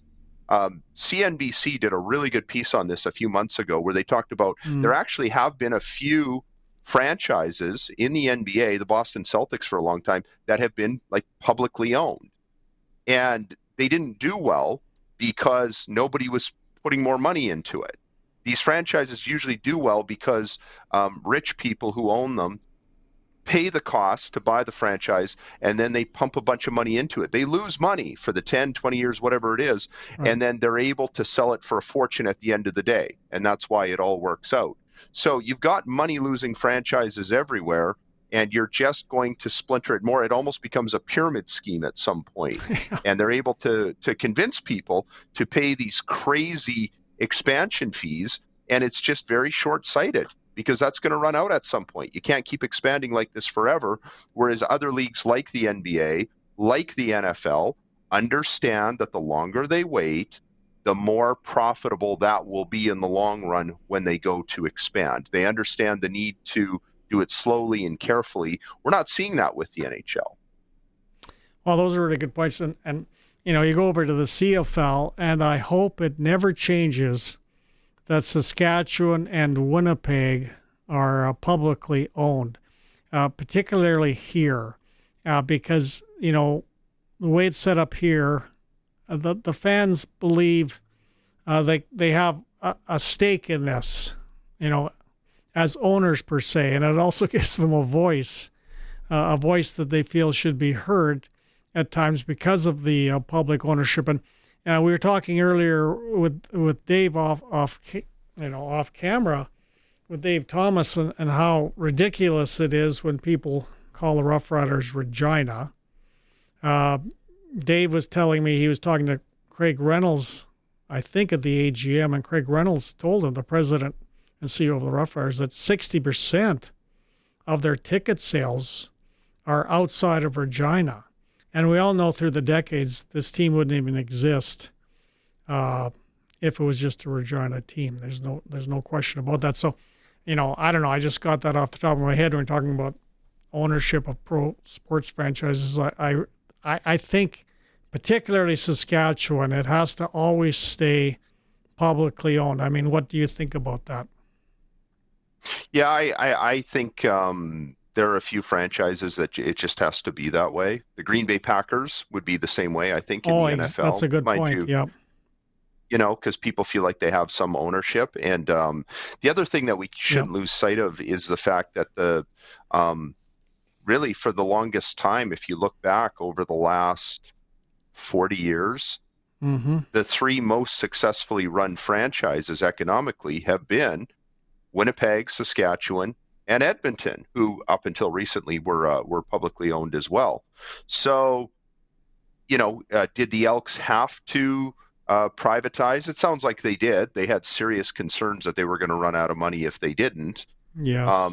But by and large, if you can keep it as a publicly traded entity, I think it, you know, there's a lot of proof to show that that has been the model of profit in the Canadian Football League. Now, I can appreciate how that is at odds with some owners around the league, particularly in Toronto. And this is nothing new. It's been this way forever, where when you sit at the Board of Governors table, the private owners want one thing and the publicly run clubs quite often want something different. And the owners of, say, the Argos or whoever it is at that time are complaining, saying, well, they're not putting their own money on the line. I am. So that sometimes does cause friction. But that happened with Randy Ambrosi leaving. As far as I understand, as the commissioner of the CFL, as far as I understand, Saskatchewan supported him. But some of the recent owners that have bought CFL franchises did not, because they didn't feel the value of their franchise was increasing enough, or at all even.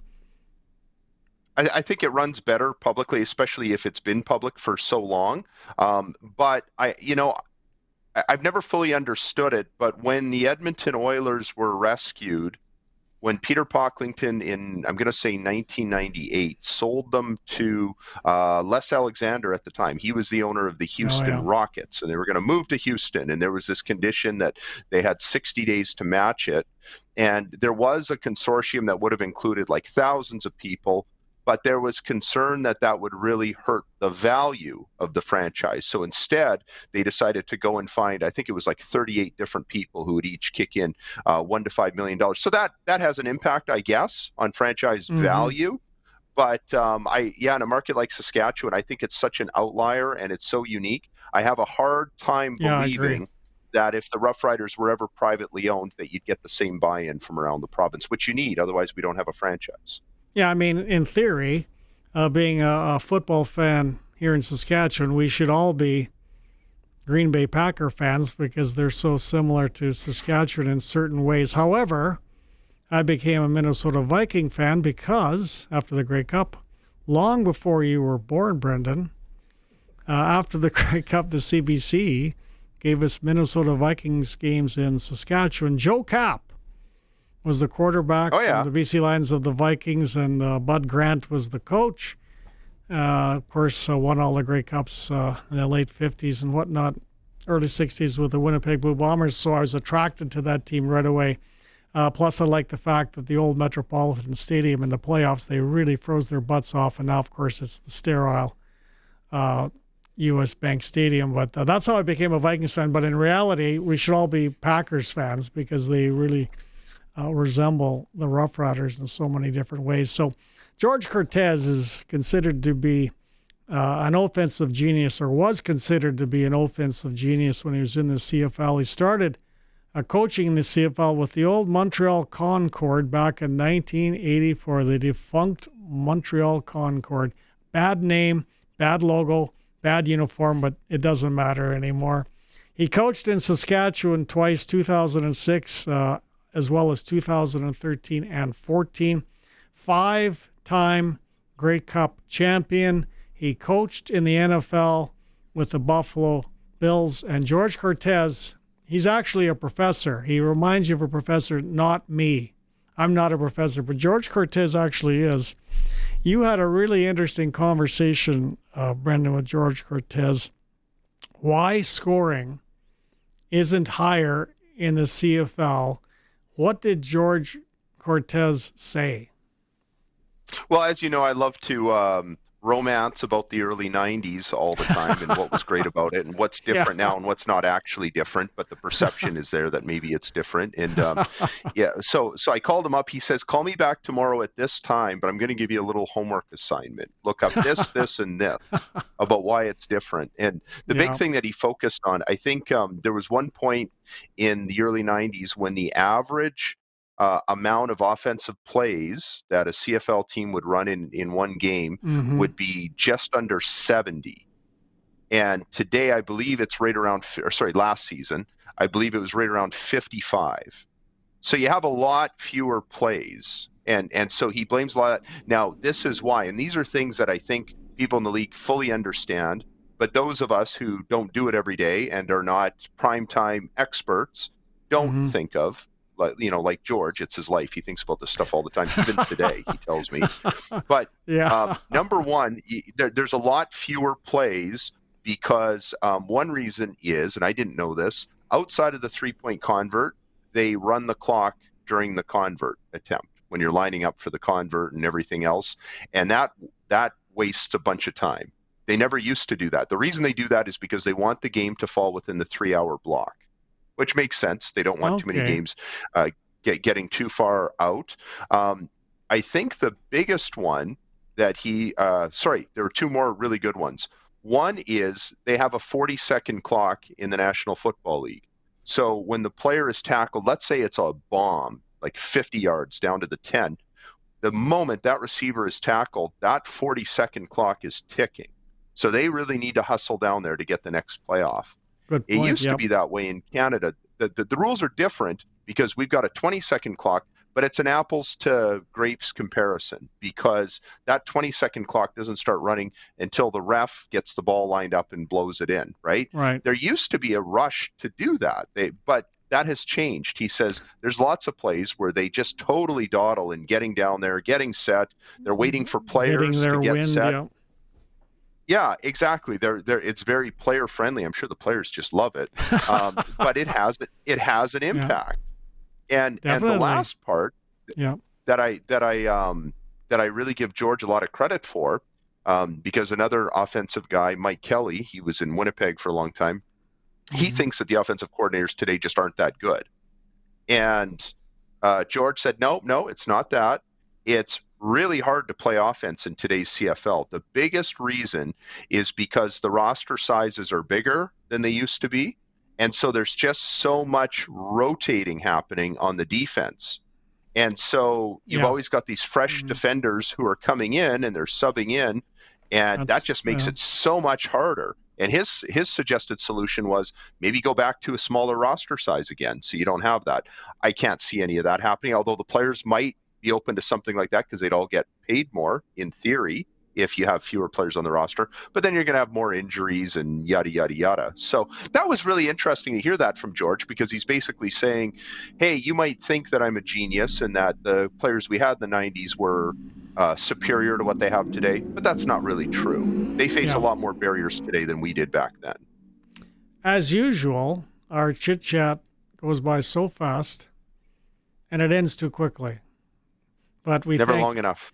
We thank you for being smart enough to talk to George Cortez about this, because that's all he thinks about. So you've run into the right guy to study this.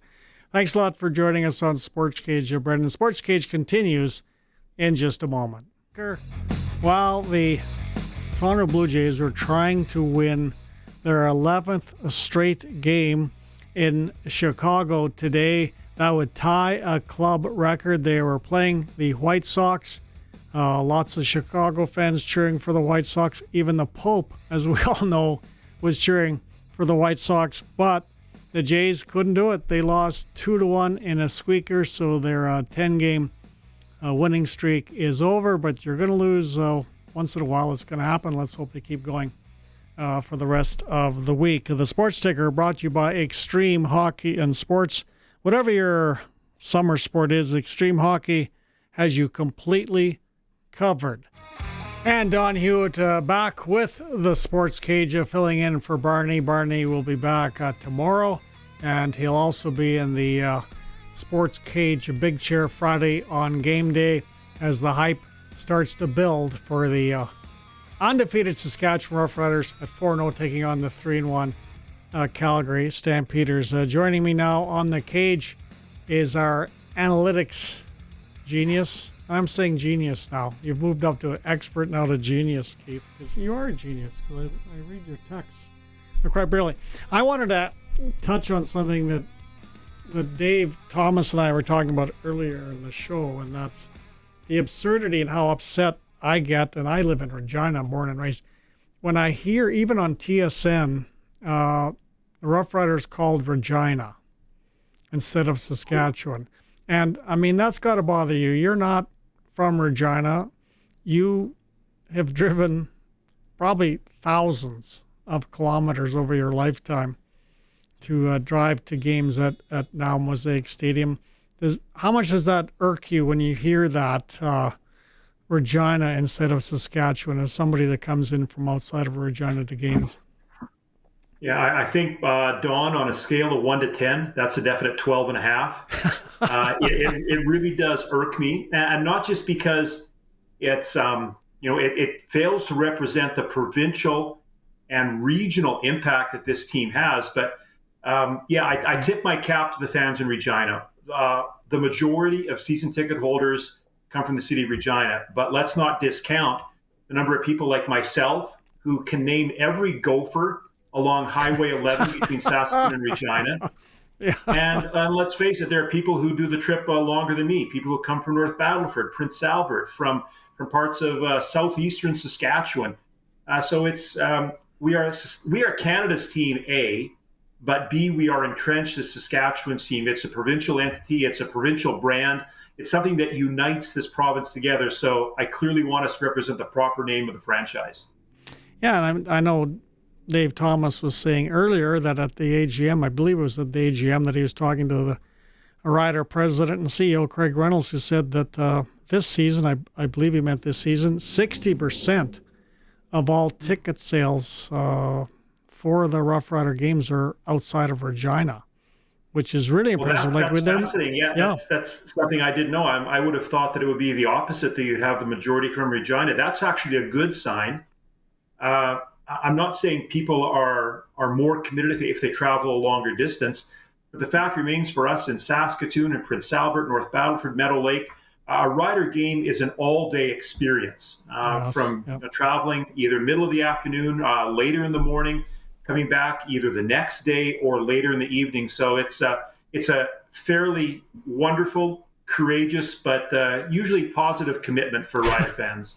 Yeah, you bet. And hopefully there's a big crowd on Friday. I think there will be. They're up against Craven, of course, which is a pretty big event down here in southern Saskatchewan.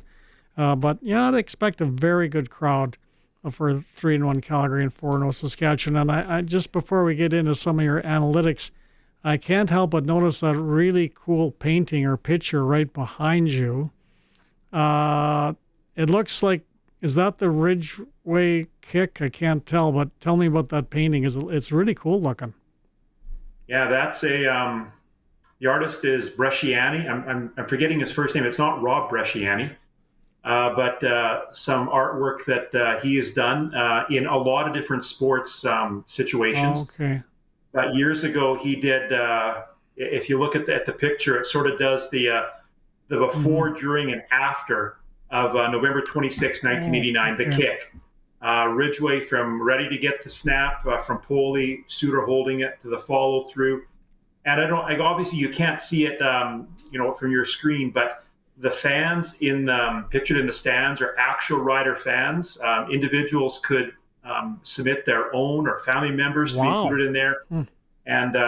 And what's really cool here is my late father is pictured in there along with our son when he was much younger. And so for my dad, who drove me from Melfort for games starting in the early 1970s, it's a wonderful way to pay homage to him, because absent his influence, I don't know if I'd be as connected to the Riders as I am, but because I think a lot of us in this province can swap stories of how moms and dads and aunties and uncles and grandparents made that trip for several hours coming down to Regina, and that's how we fell in love with the green and white.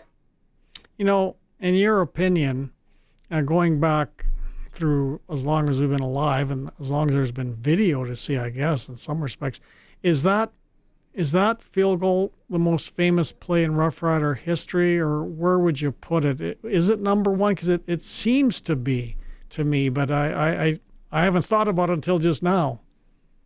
Yeah, obviously significant, Don. Remember, we hadn't won a Grey Cup in 23 seasons.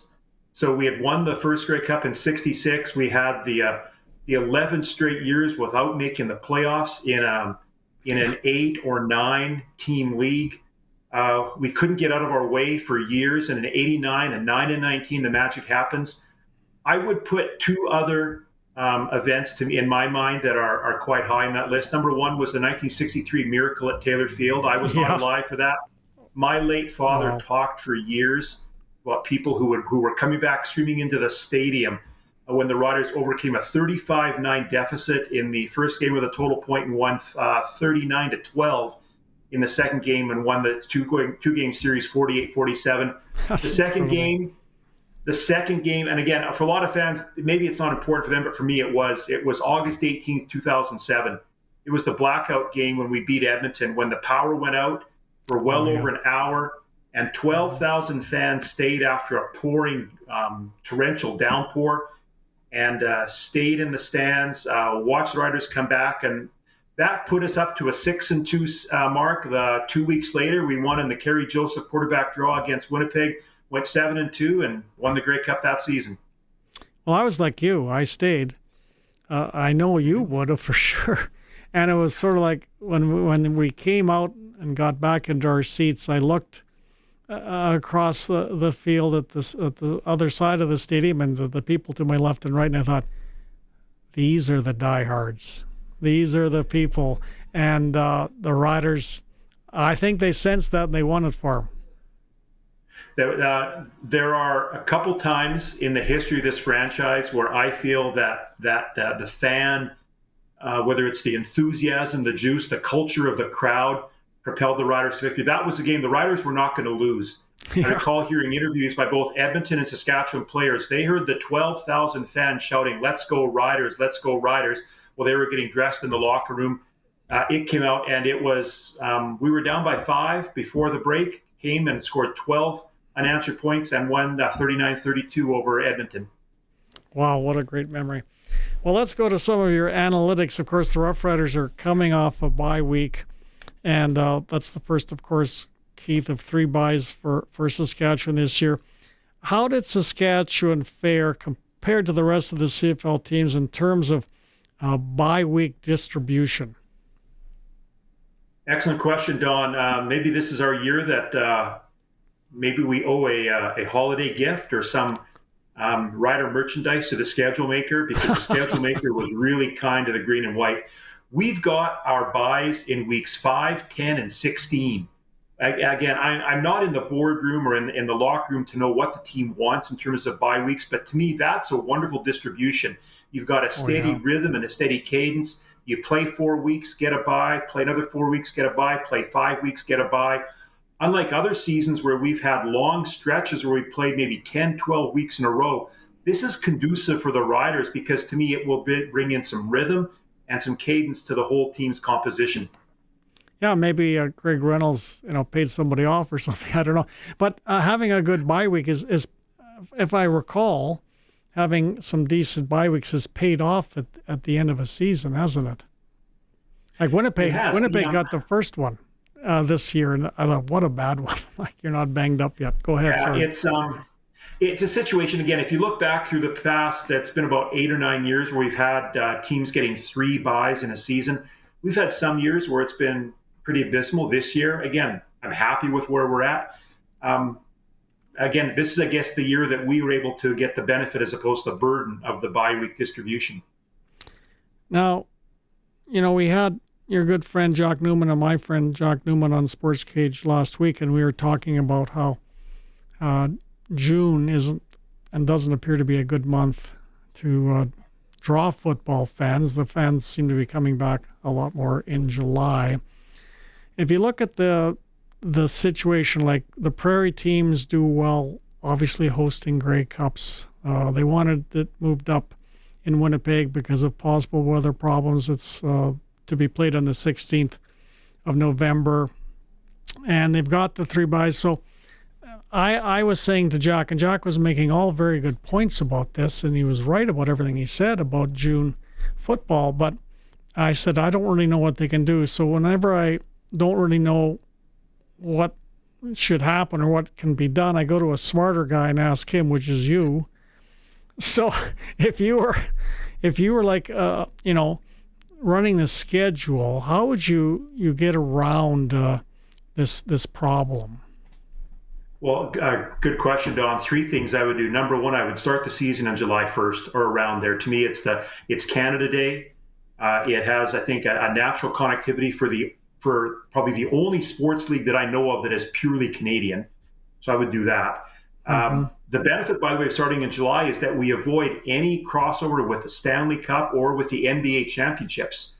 So to me, we'd start in July when we've got the sports sort of the agenda all to ourselves. I would go the season till the first Sunday in December. Again, I recognize you're rolling the dice with games later in the year, especially in the Prairies. But let's look at the attendance we've had in Calgary and Edmonton. That's a sad look for the league when you've got probably 32 fans who attended the Calgary-Ottawa game. Edmonton not drawing that well. The other thing I would do, again, it would require some negotiation with the Players Association, but go down to 2 bye weeks. The NFL, again, a lot of us use the NFL as sort of the pinnacle of a sports league. Their teams have 1 bye week. Yeah. Could we not have 2 bye weeks and just, again, to shorten the schedule, to give us the chance of that July to December rotation? It avoids any June crossover. It enables us, in my mind, to get the maximum eyeballs and interest for the league. Right. Well, I mean, it'll be interesting to see how they tackle this going forward. It might be a big ask once you've given the players the 3 bye weeks. I guess we'll see what happens. Now, last year was the first year in forever that the East was better than the West as a division. Prior to that, it was always the West with a better division, but that didn't necessarily result in a Grey Cup championship. How are things going this year between the East and the West, Keith? Yeah, the universe is unfolding as it should. I speak as a fan of Western Canada here in sort of the West Division. The West is 7-2 against the East thus far. The Riders, they went 3-0. We beat Ottawa, Hamilton, and Toronto. The only games the East has beaten the West. Ottawa beat Calgary in a monsoon. and then Montreal beat Edmonton. And so it's a situation to me where if I'm a Western Division team, I'm looking at that crossover. Again, I know it's hard to talk with the playoffs when we're early July, but if we just project to the end of the season, I'm thinking playoffs, fourth team in the West. I'd rather be fourth and third because the fourth gets the crossover, and the third place team would have to play two road games in Western Canada. I agree totally. Now, the Riders, of course, off to a great start. 4-0.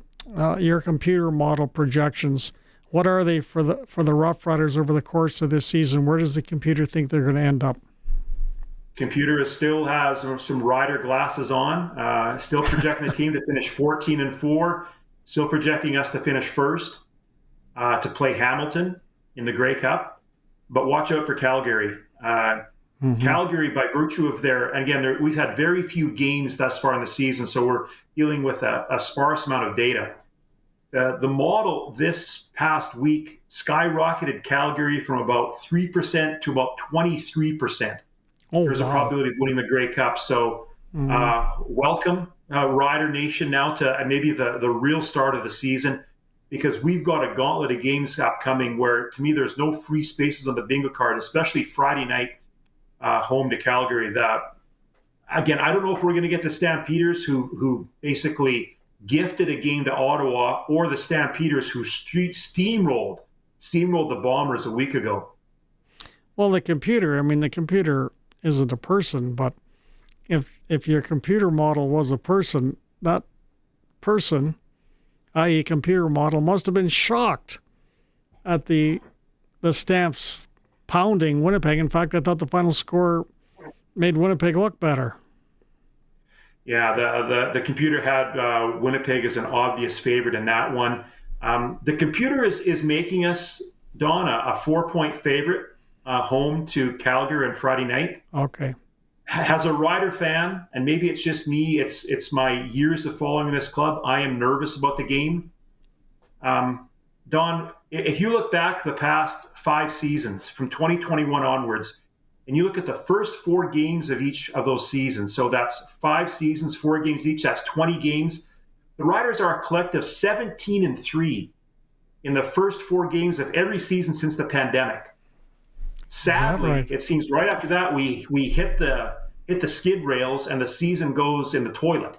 I trust it's not the same this time, that we'll emerge victorious, but this is what always scares me, because I've seen this movie before. The Riders start strong, and then something happens. They get on this skid. We end up losing some games.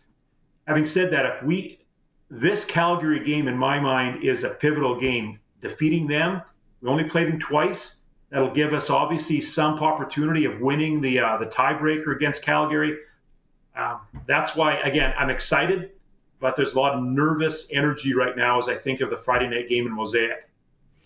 Okay, so you've got Saskatchewan as a 4-point favorite. That sort of makes sense to me in some respects because they're at home. How does the computer look at the home versus the visitor? Does the computer give the home team a slight advantage depending on what their home record is, I suppose? Yeah, and this is what scares me again. The computer gives each home team about 3.5 points. So in essence, Calgary and Saskatchewan on a neutral field is a pick 'em. There's a very, very slight difference. So that's, again, maybe it's one of those situations where the home team with a loud and proud crowd on Friday could really propel the Riders forward. But, Calgary, full marks. Again, they're 3-1. They've beaten Winnipeg.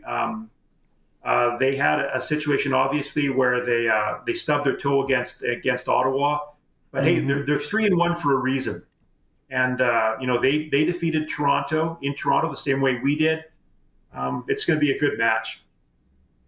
Now, in terms of what the computer is saying, I know it's so soon, but the computer right now, Saskatchewan and Hamilton, and it makes sense for Hamilton after their last game. I mean, they look like world beaters, did they not? And, to walk into Teal like that. And I mean, Arbuckle was leading the league in passing going into that game, so you can't give the excuse that Chad Kelly wasn't playing. But the computer must have really give Hamilton a notch up when they put over 50 points on the board against Toronto. The computer had Hamilton by 3 in that game, so a close game. But then, Hamilton wins a game. It basically looked like it was the CFL from the 1980s, where it was back and forth with scoring and very little defense. Mm-hmm. Give it up for Hamilton. They defeated Montreal. Mm-hmm. They defeated Toronto. They've earned their stripes. And again, we played them already this year. We beat them. We get them once more at home, which should be okay. But Hamilton, to me, Hamilton and Calgary are the two teams that are surging right now from the computer's perspective. And it makes sense when you think about, we don't know where Winnipeg's going or what's going to happen with Winnipeg, but 8 players leaving Winnipeg for Hamilton. It looks like it's starting to show perhaps on both teams. Maybe it is. And, I've been highly critical of Bo Levi Mitchell as the Hamilton quarterback, but last week he looked like the Calgary Bo. And if Bo can play like the Calgary Bo, then to me, in what I would call a weaker Eastern Division, let's face it, 10 wins is probably going to get you first place in the East. So if a team can get like that 10-8 record, earn home field advantage throughout the playoffs, to me, that would put them in a good spot for going into a Grey Cup game. Right now, late August to mid-September this year, the Riders have a 4-game stretch. You've called it the gauntlet. Is that going to decide whether the Riders have a shot at first place? I think so, Don. I would do a happy dance if the Riders went 2-2 in that 4-game stretch. So it's at Calgary. And again, I know usually at a Calgary game, the fans are roughly 50-50 because there's a lot of the Rider Nation will travel to that game, or else the expats like Jack Newman will be there supporting the green and white. Then we've got the back-to-back with Winnipeg, and it's hard for us to win in Winnipeg. We haven't done that since 2018. And then we're home to Montreal. So at Calgary, home to Winnipeg, at Winnipeg, home to Montreal. 4 tough games. Again, I'd be happy with 2-2. I'd be thrilled with 3-1 if we could maybe win the game in Calgary, because until we can beat Winnipeg and Manitoba, that's been a tough place for us to play the last 7 seasons. Yeah, there's that magic about Mike O'Shea. You always think, okay, finally the Bombers aren't going to be as good, which at this point in time they seem to be our number 1 rival. Although I think it's over the decades, sometimes I think it's been Edmonton as Saskatchewan's rival. In different decades it's been Calgary, but it seems to be of late Winnipeg. But it just seems like you can't count out Mike O'Shea as the head coach of that team, can you? Because he just keeps rolling, it seems, other than the game in Calgary. Yeah, it's like one of those Friday the 13th movies where you think Jason is dead, but then he basically emerges back up. And you're correct, Don. If you think back in the 70s, it was Saskatchewan, Edmonton. It was Lancaster versus Wilkinson, Lancaster versus Larry Highball. If you think of the mid-2000s, early 2010s, Saskatchewan and Calgary, and the games we played with them, especially when Henry played with the Stampeders. Now it's Saskatchewan, Winnipeg. The last 4 times that we've lost in the playoffs, 2018, 2019, 2021, 2024, who beat us? Winnipeg.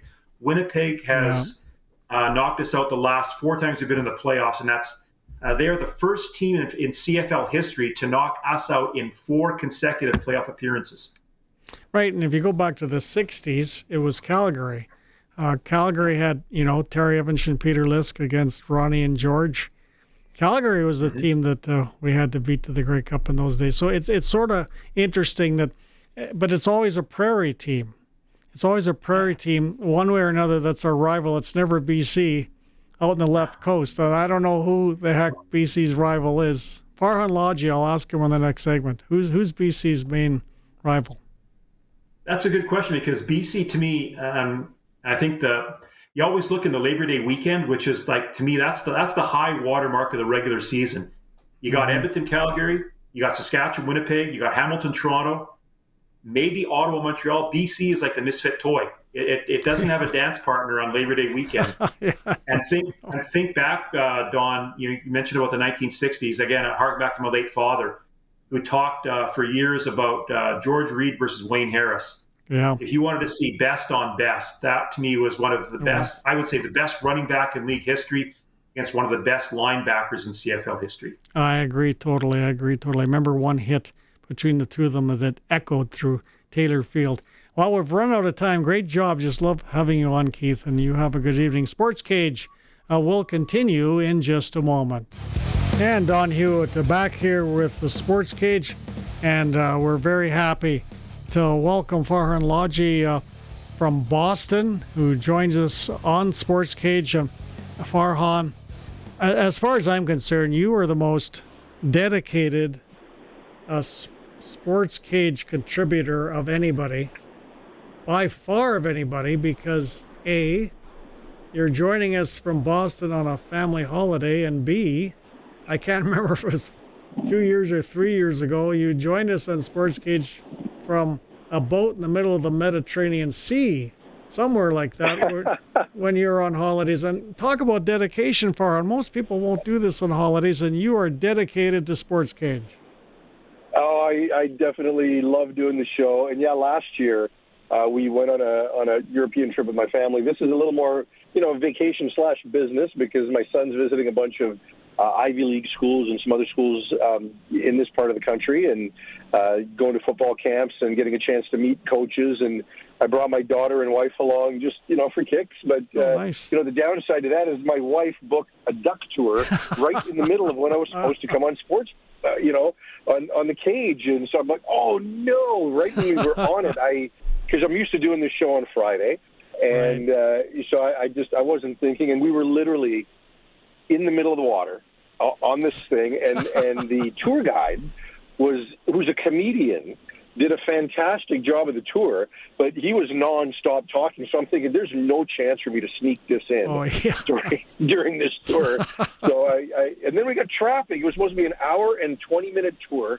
It turned into 2 hours because of traffic in Boston trying to get back to the stop. So Colston was checking in, and you were checking in for all the listeners that want to get the other side of the T-shirt, the stitch side. Yeah. Sometimes what happens on days when we try to do any show. Right. Well, we thank you for doing it. It's really good of you and nice of you to do it. And Barney said, I'm filling in, of course, for Barney today, and he said, you can have Farhan on Wednesday, and I thanked Barney profusely because I like talking to you. But well, sorry I'm late. No problem. And it's also called marriage. But anyway, that's another story. Now, the big news today is the Lions are opening the upper deck for their July 19th game versus Saskatchewan for another annual Watermelon Smash. And I thought TSN did such a good job of covering the Watermelon Smash last year. It's such great visuals. How can you not have great visuals about smashing watermelons? But I thought, this is one of the best promotions going. I mean, who the heck doesn't want, especially from Saskatchewan and you're transplanted to the lower mainland, who the heck doesn't want to smash a watermelon, Farhan? Well, for sure, and they've done a good job with this event. It's now become a real thing, and they've got the backyard barbecue tailgate party ahead of time right outside in that area. And, so it's a pretty alive event, especially if the weather's good. And, it has been for these games before. They're opening up the upper deck for the stadium. Mm-hmm. So, it's funny. I got in a debate with another media member earlier about the fans in Saskatchewan, right? Because I've been, one of those guys that just is used to seeing bigger crowds in that beautiful stadium you guys have there. And, I've said that, look, I think Winnipeg has passed Saskatchewan in terms of in-stadium attendance and where the fans lie. But in terms of around the country, Saskatchewan still has no equal, right? Like, when the Bombers come to BC, there's a few fans from Winnipeg that come, but it's not like it is when Saskatchewan comes. And again, every time Saskatchewan comes to play in BC Place, they open the upper deck. There's probably an additional 5,000 fans that come, not just Saskatchewan fans, but fans that know the crowd's going to be really good and then they want to be a part of that event, right? So, it all adds up to good for the league whenever the Riders are involved, right? Well, that's good. The only problem with it is the reason for it, in part, is because people leave Saskatchewan. But anyway, it helps the CFL. I was just on with Keith Willoughby, our analytics guru. He's the Dean of Business at the University of Saskatchewan. He does great analytics on the CFL. And we were talking about, how Saskatchewan's main rival has changed through the decades.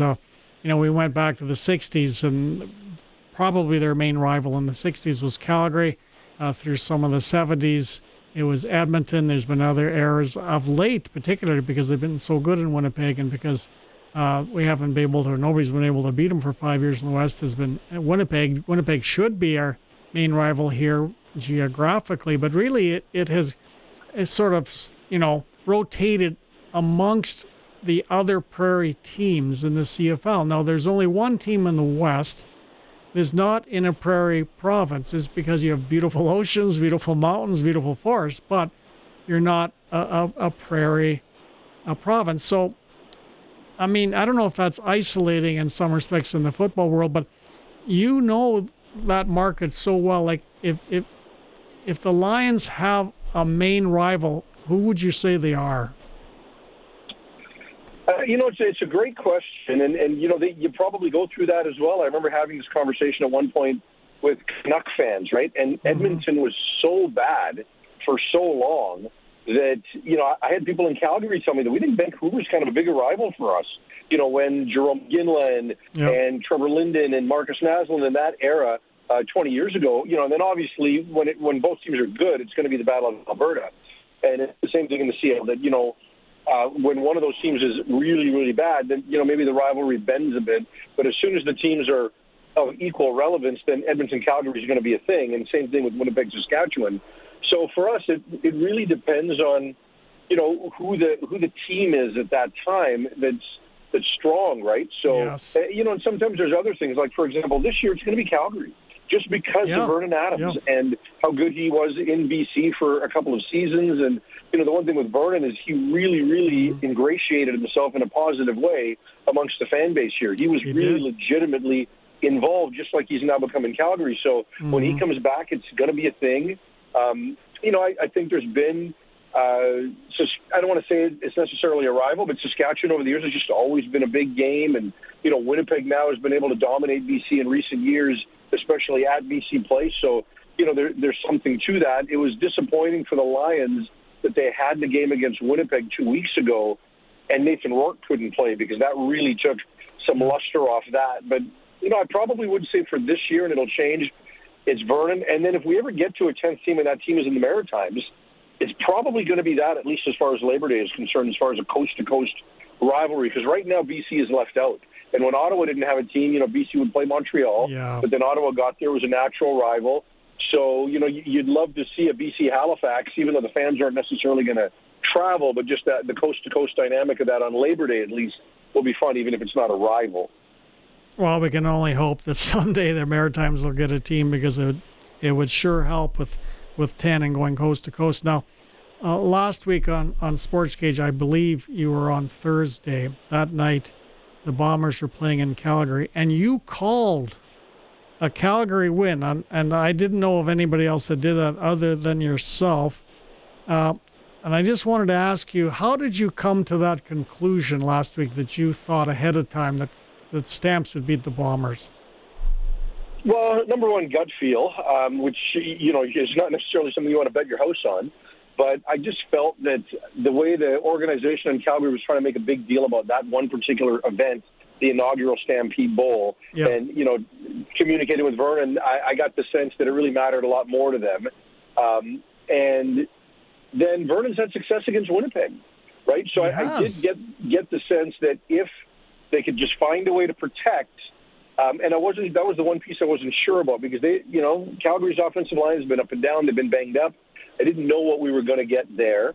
And there's still an unpredictable element to Calgary right now because of the newness they've got on the defensive side of the ball. So, and I think Winnipeg offensively is still finding itself. I know Brady Oliveira played in that game, and that gave me a bit of pause. But, I went with Vernon's success against Winnipeg and then just a level of gut feel around that game being at home. And I wound up picking 4 underdogs last week and hit on all of them. And by the time the games kicked off, they weren't necessarily all underdogs because some of them were pretty close, but, managed to pull a few out of the fire, including that BC game on the last kick. Oh, my goodness, what an incredible game. If that wasn't an advertisement for watching the CFL on TSN, I don't know what was. And, I mean, you are a football coach as well, Farhan, and and you know a lot about the game technically, and you've said some things in the past where you go, wow, I didn't even know that, and it was because of your coaching background, I believe. But it's weird how to set the game up at the end for the field goal,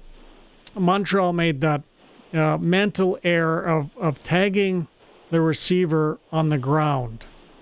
And so how does that happen? I mean, do the coaches forget to remind them? I mean, they should know themselves.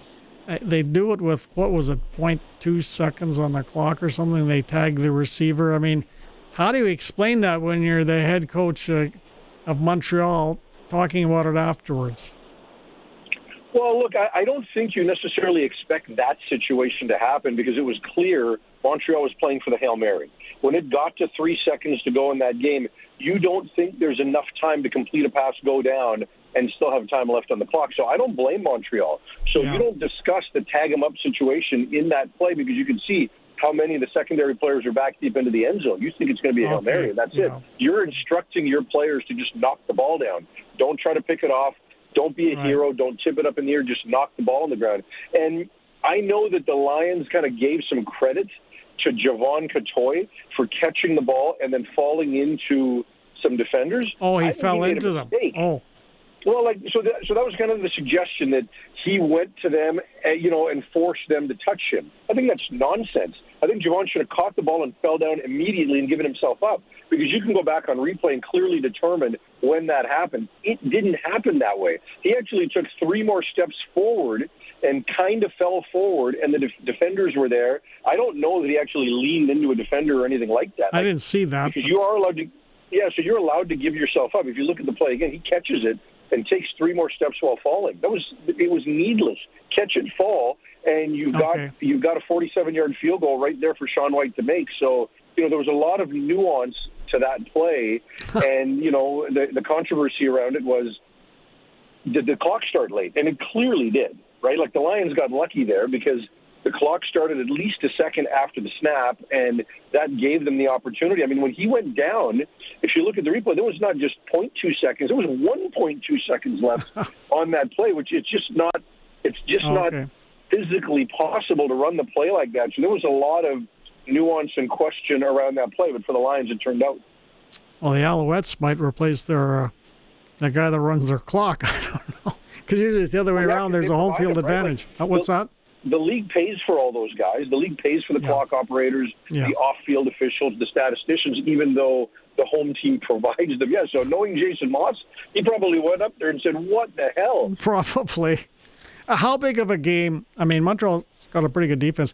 How big of a game was that for Nathan Rourke to win for BC?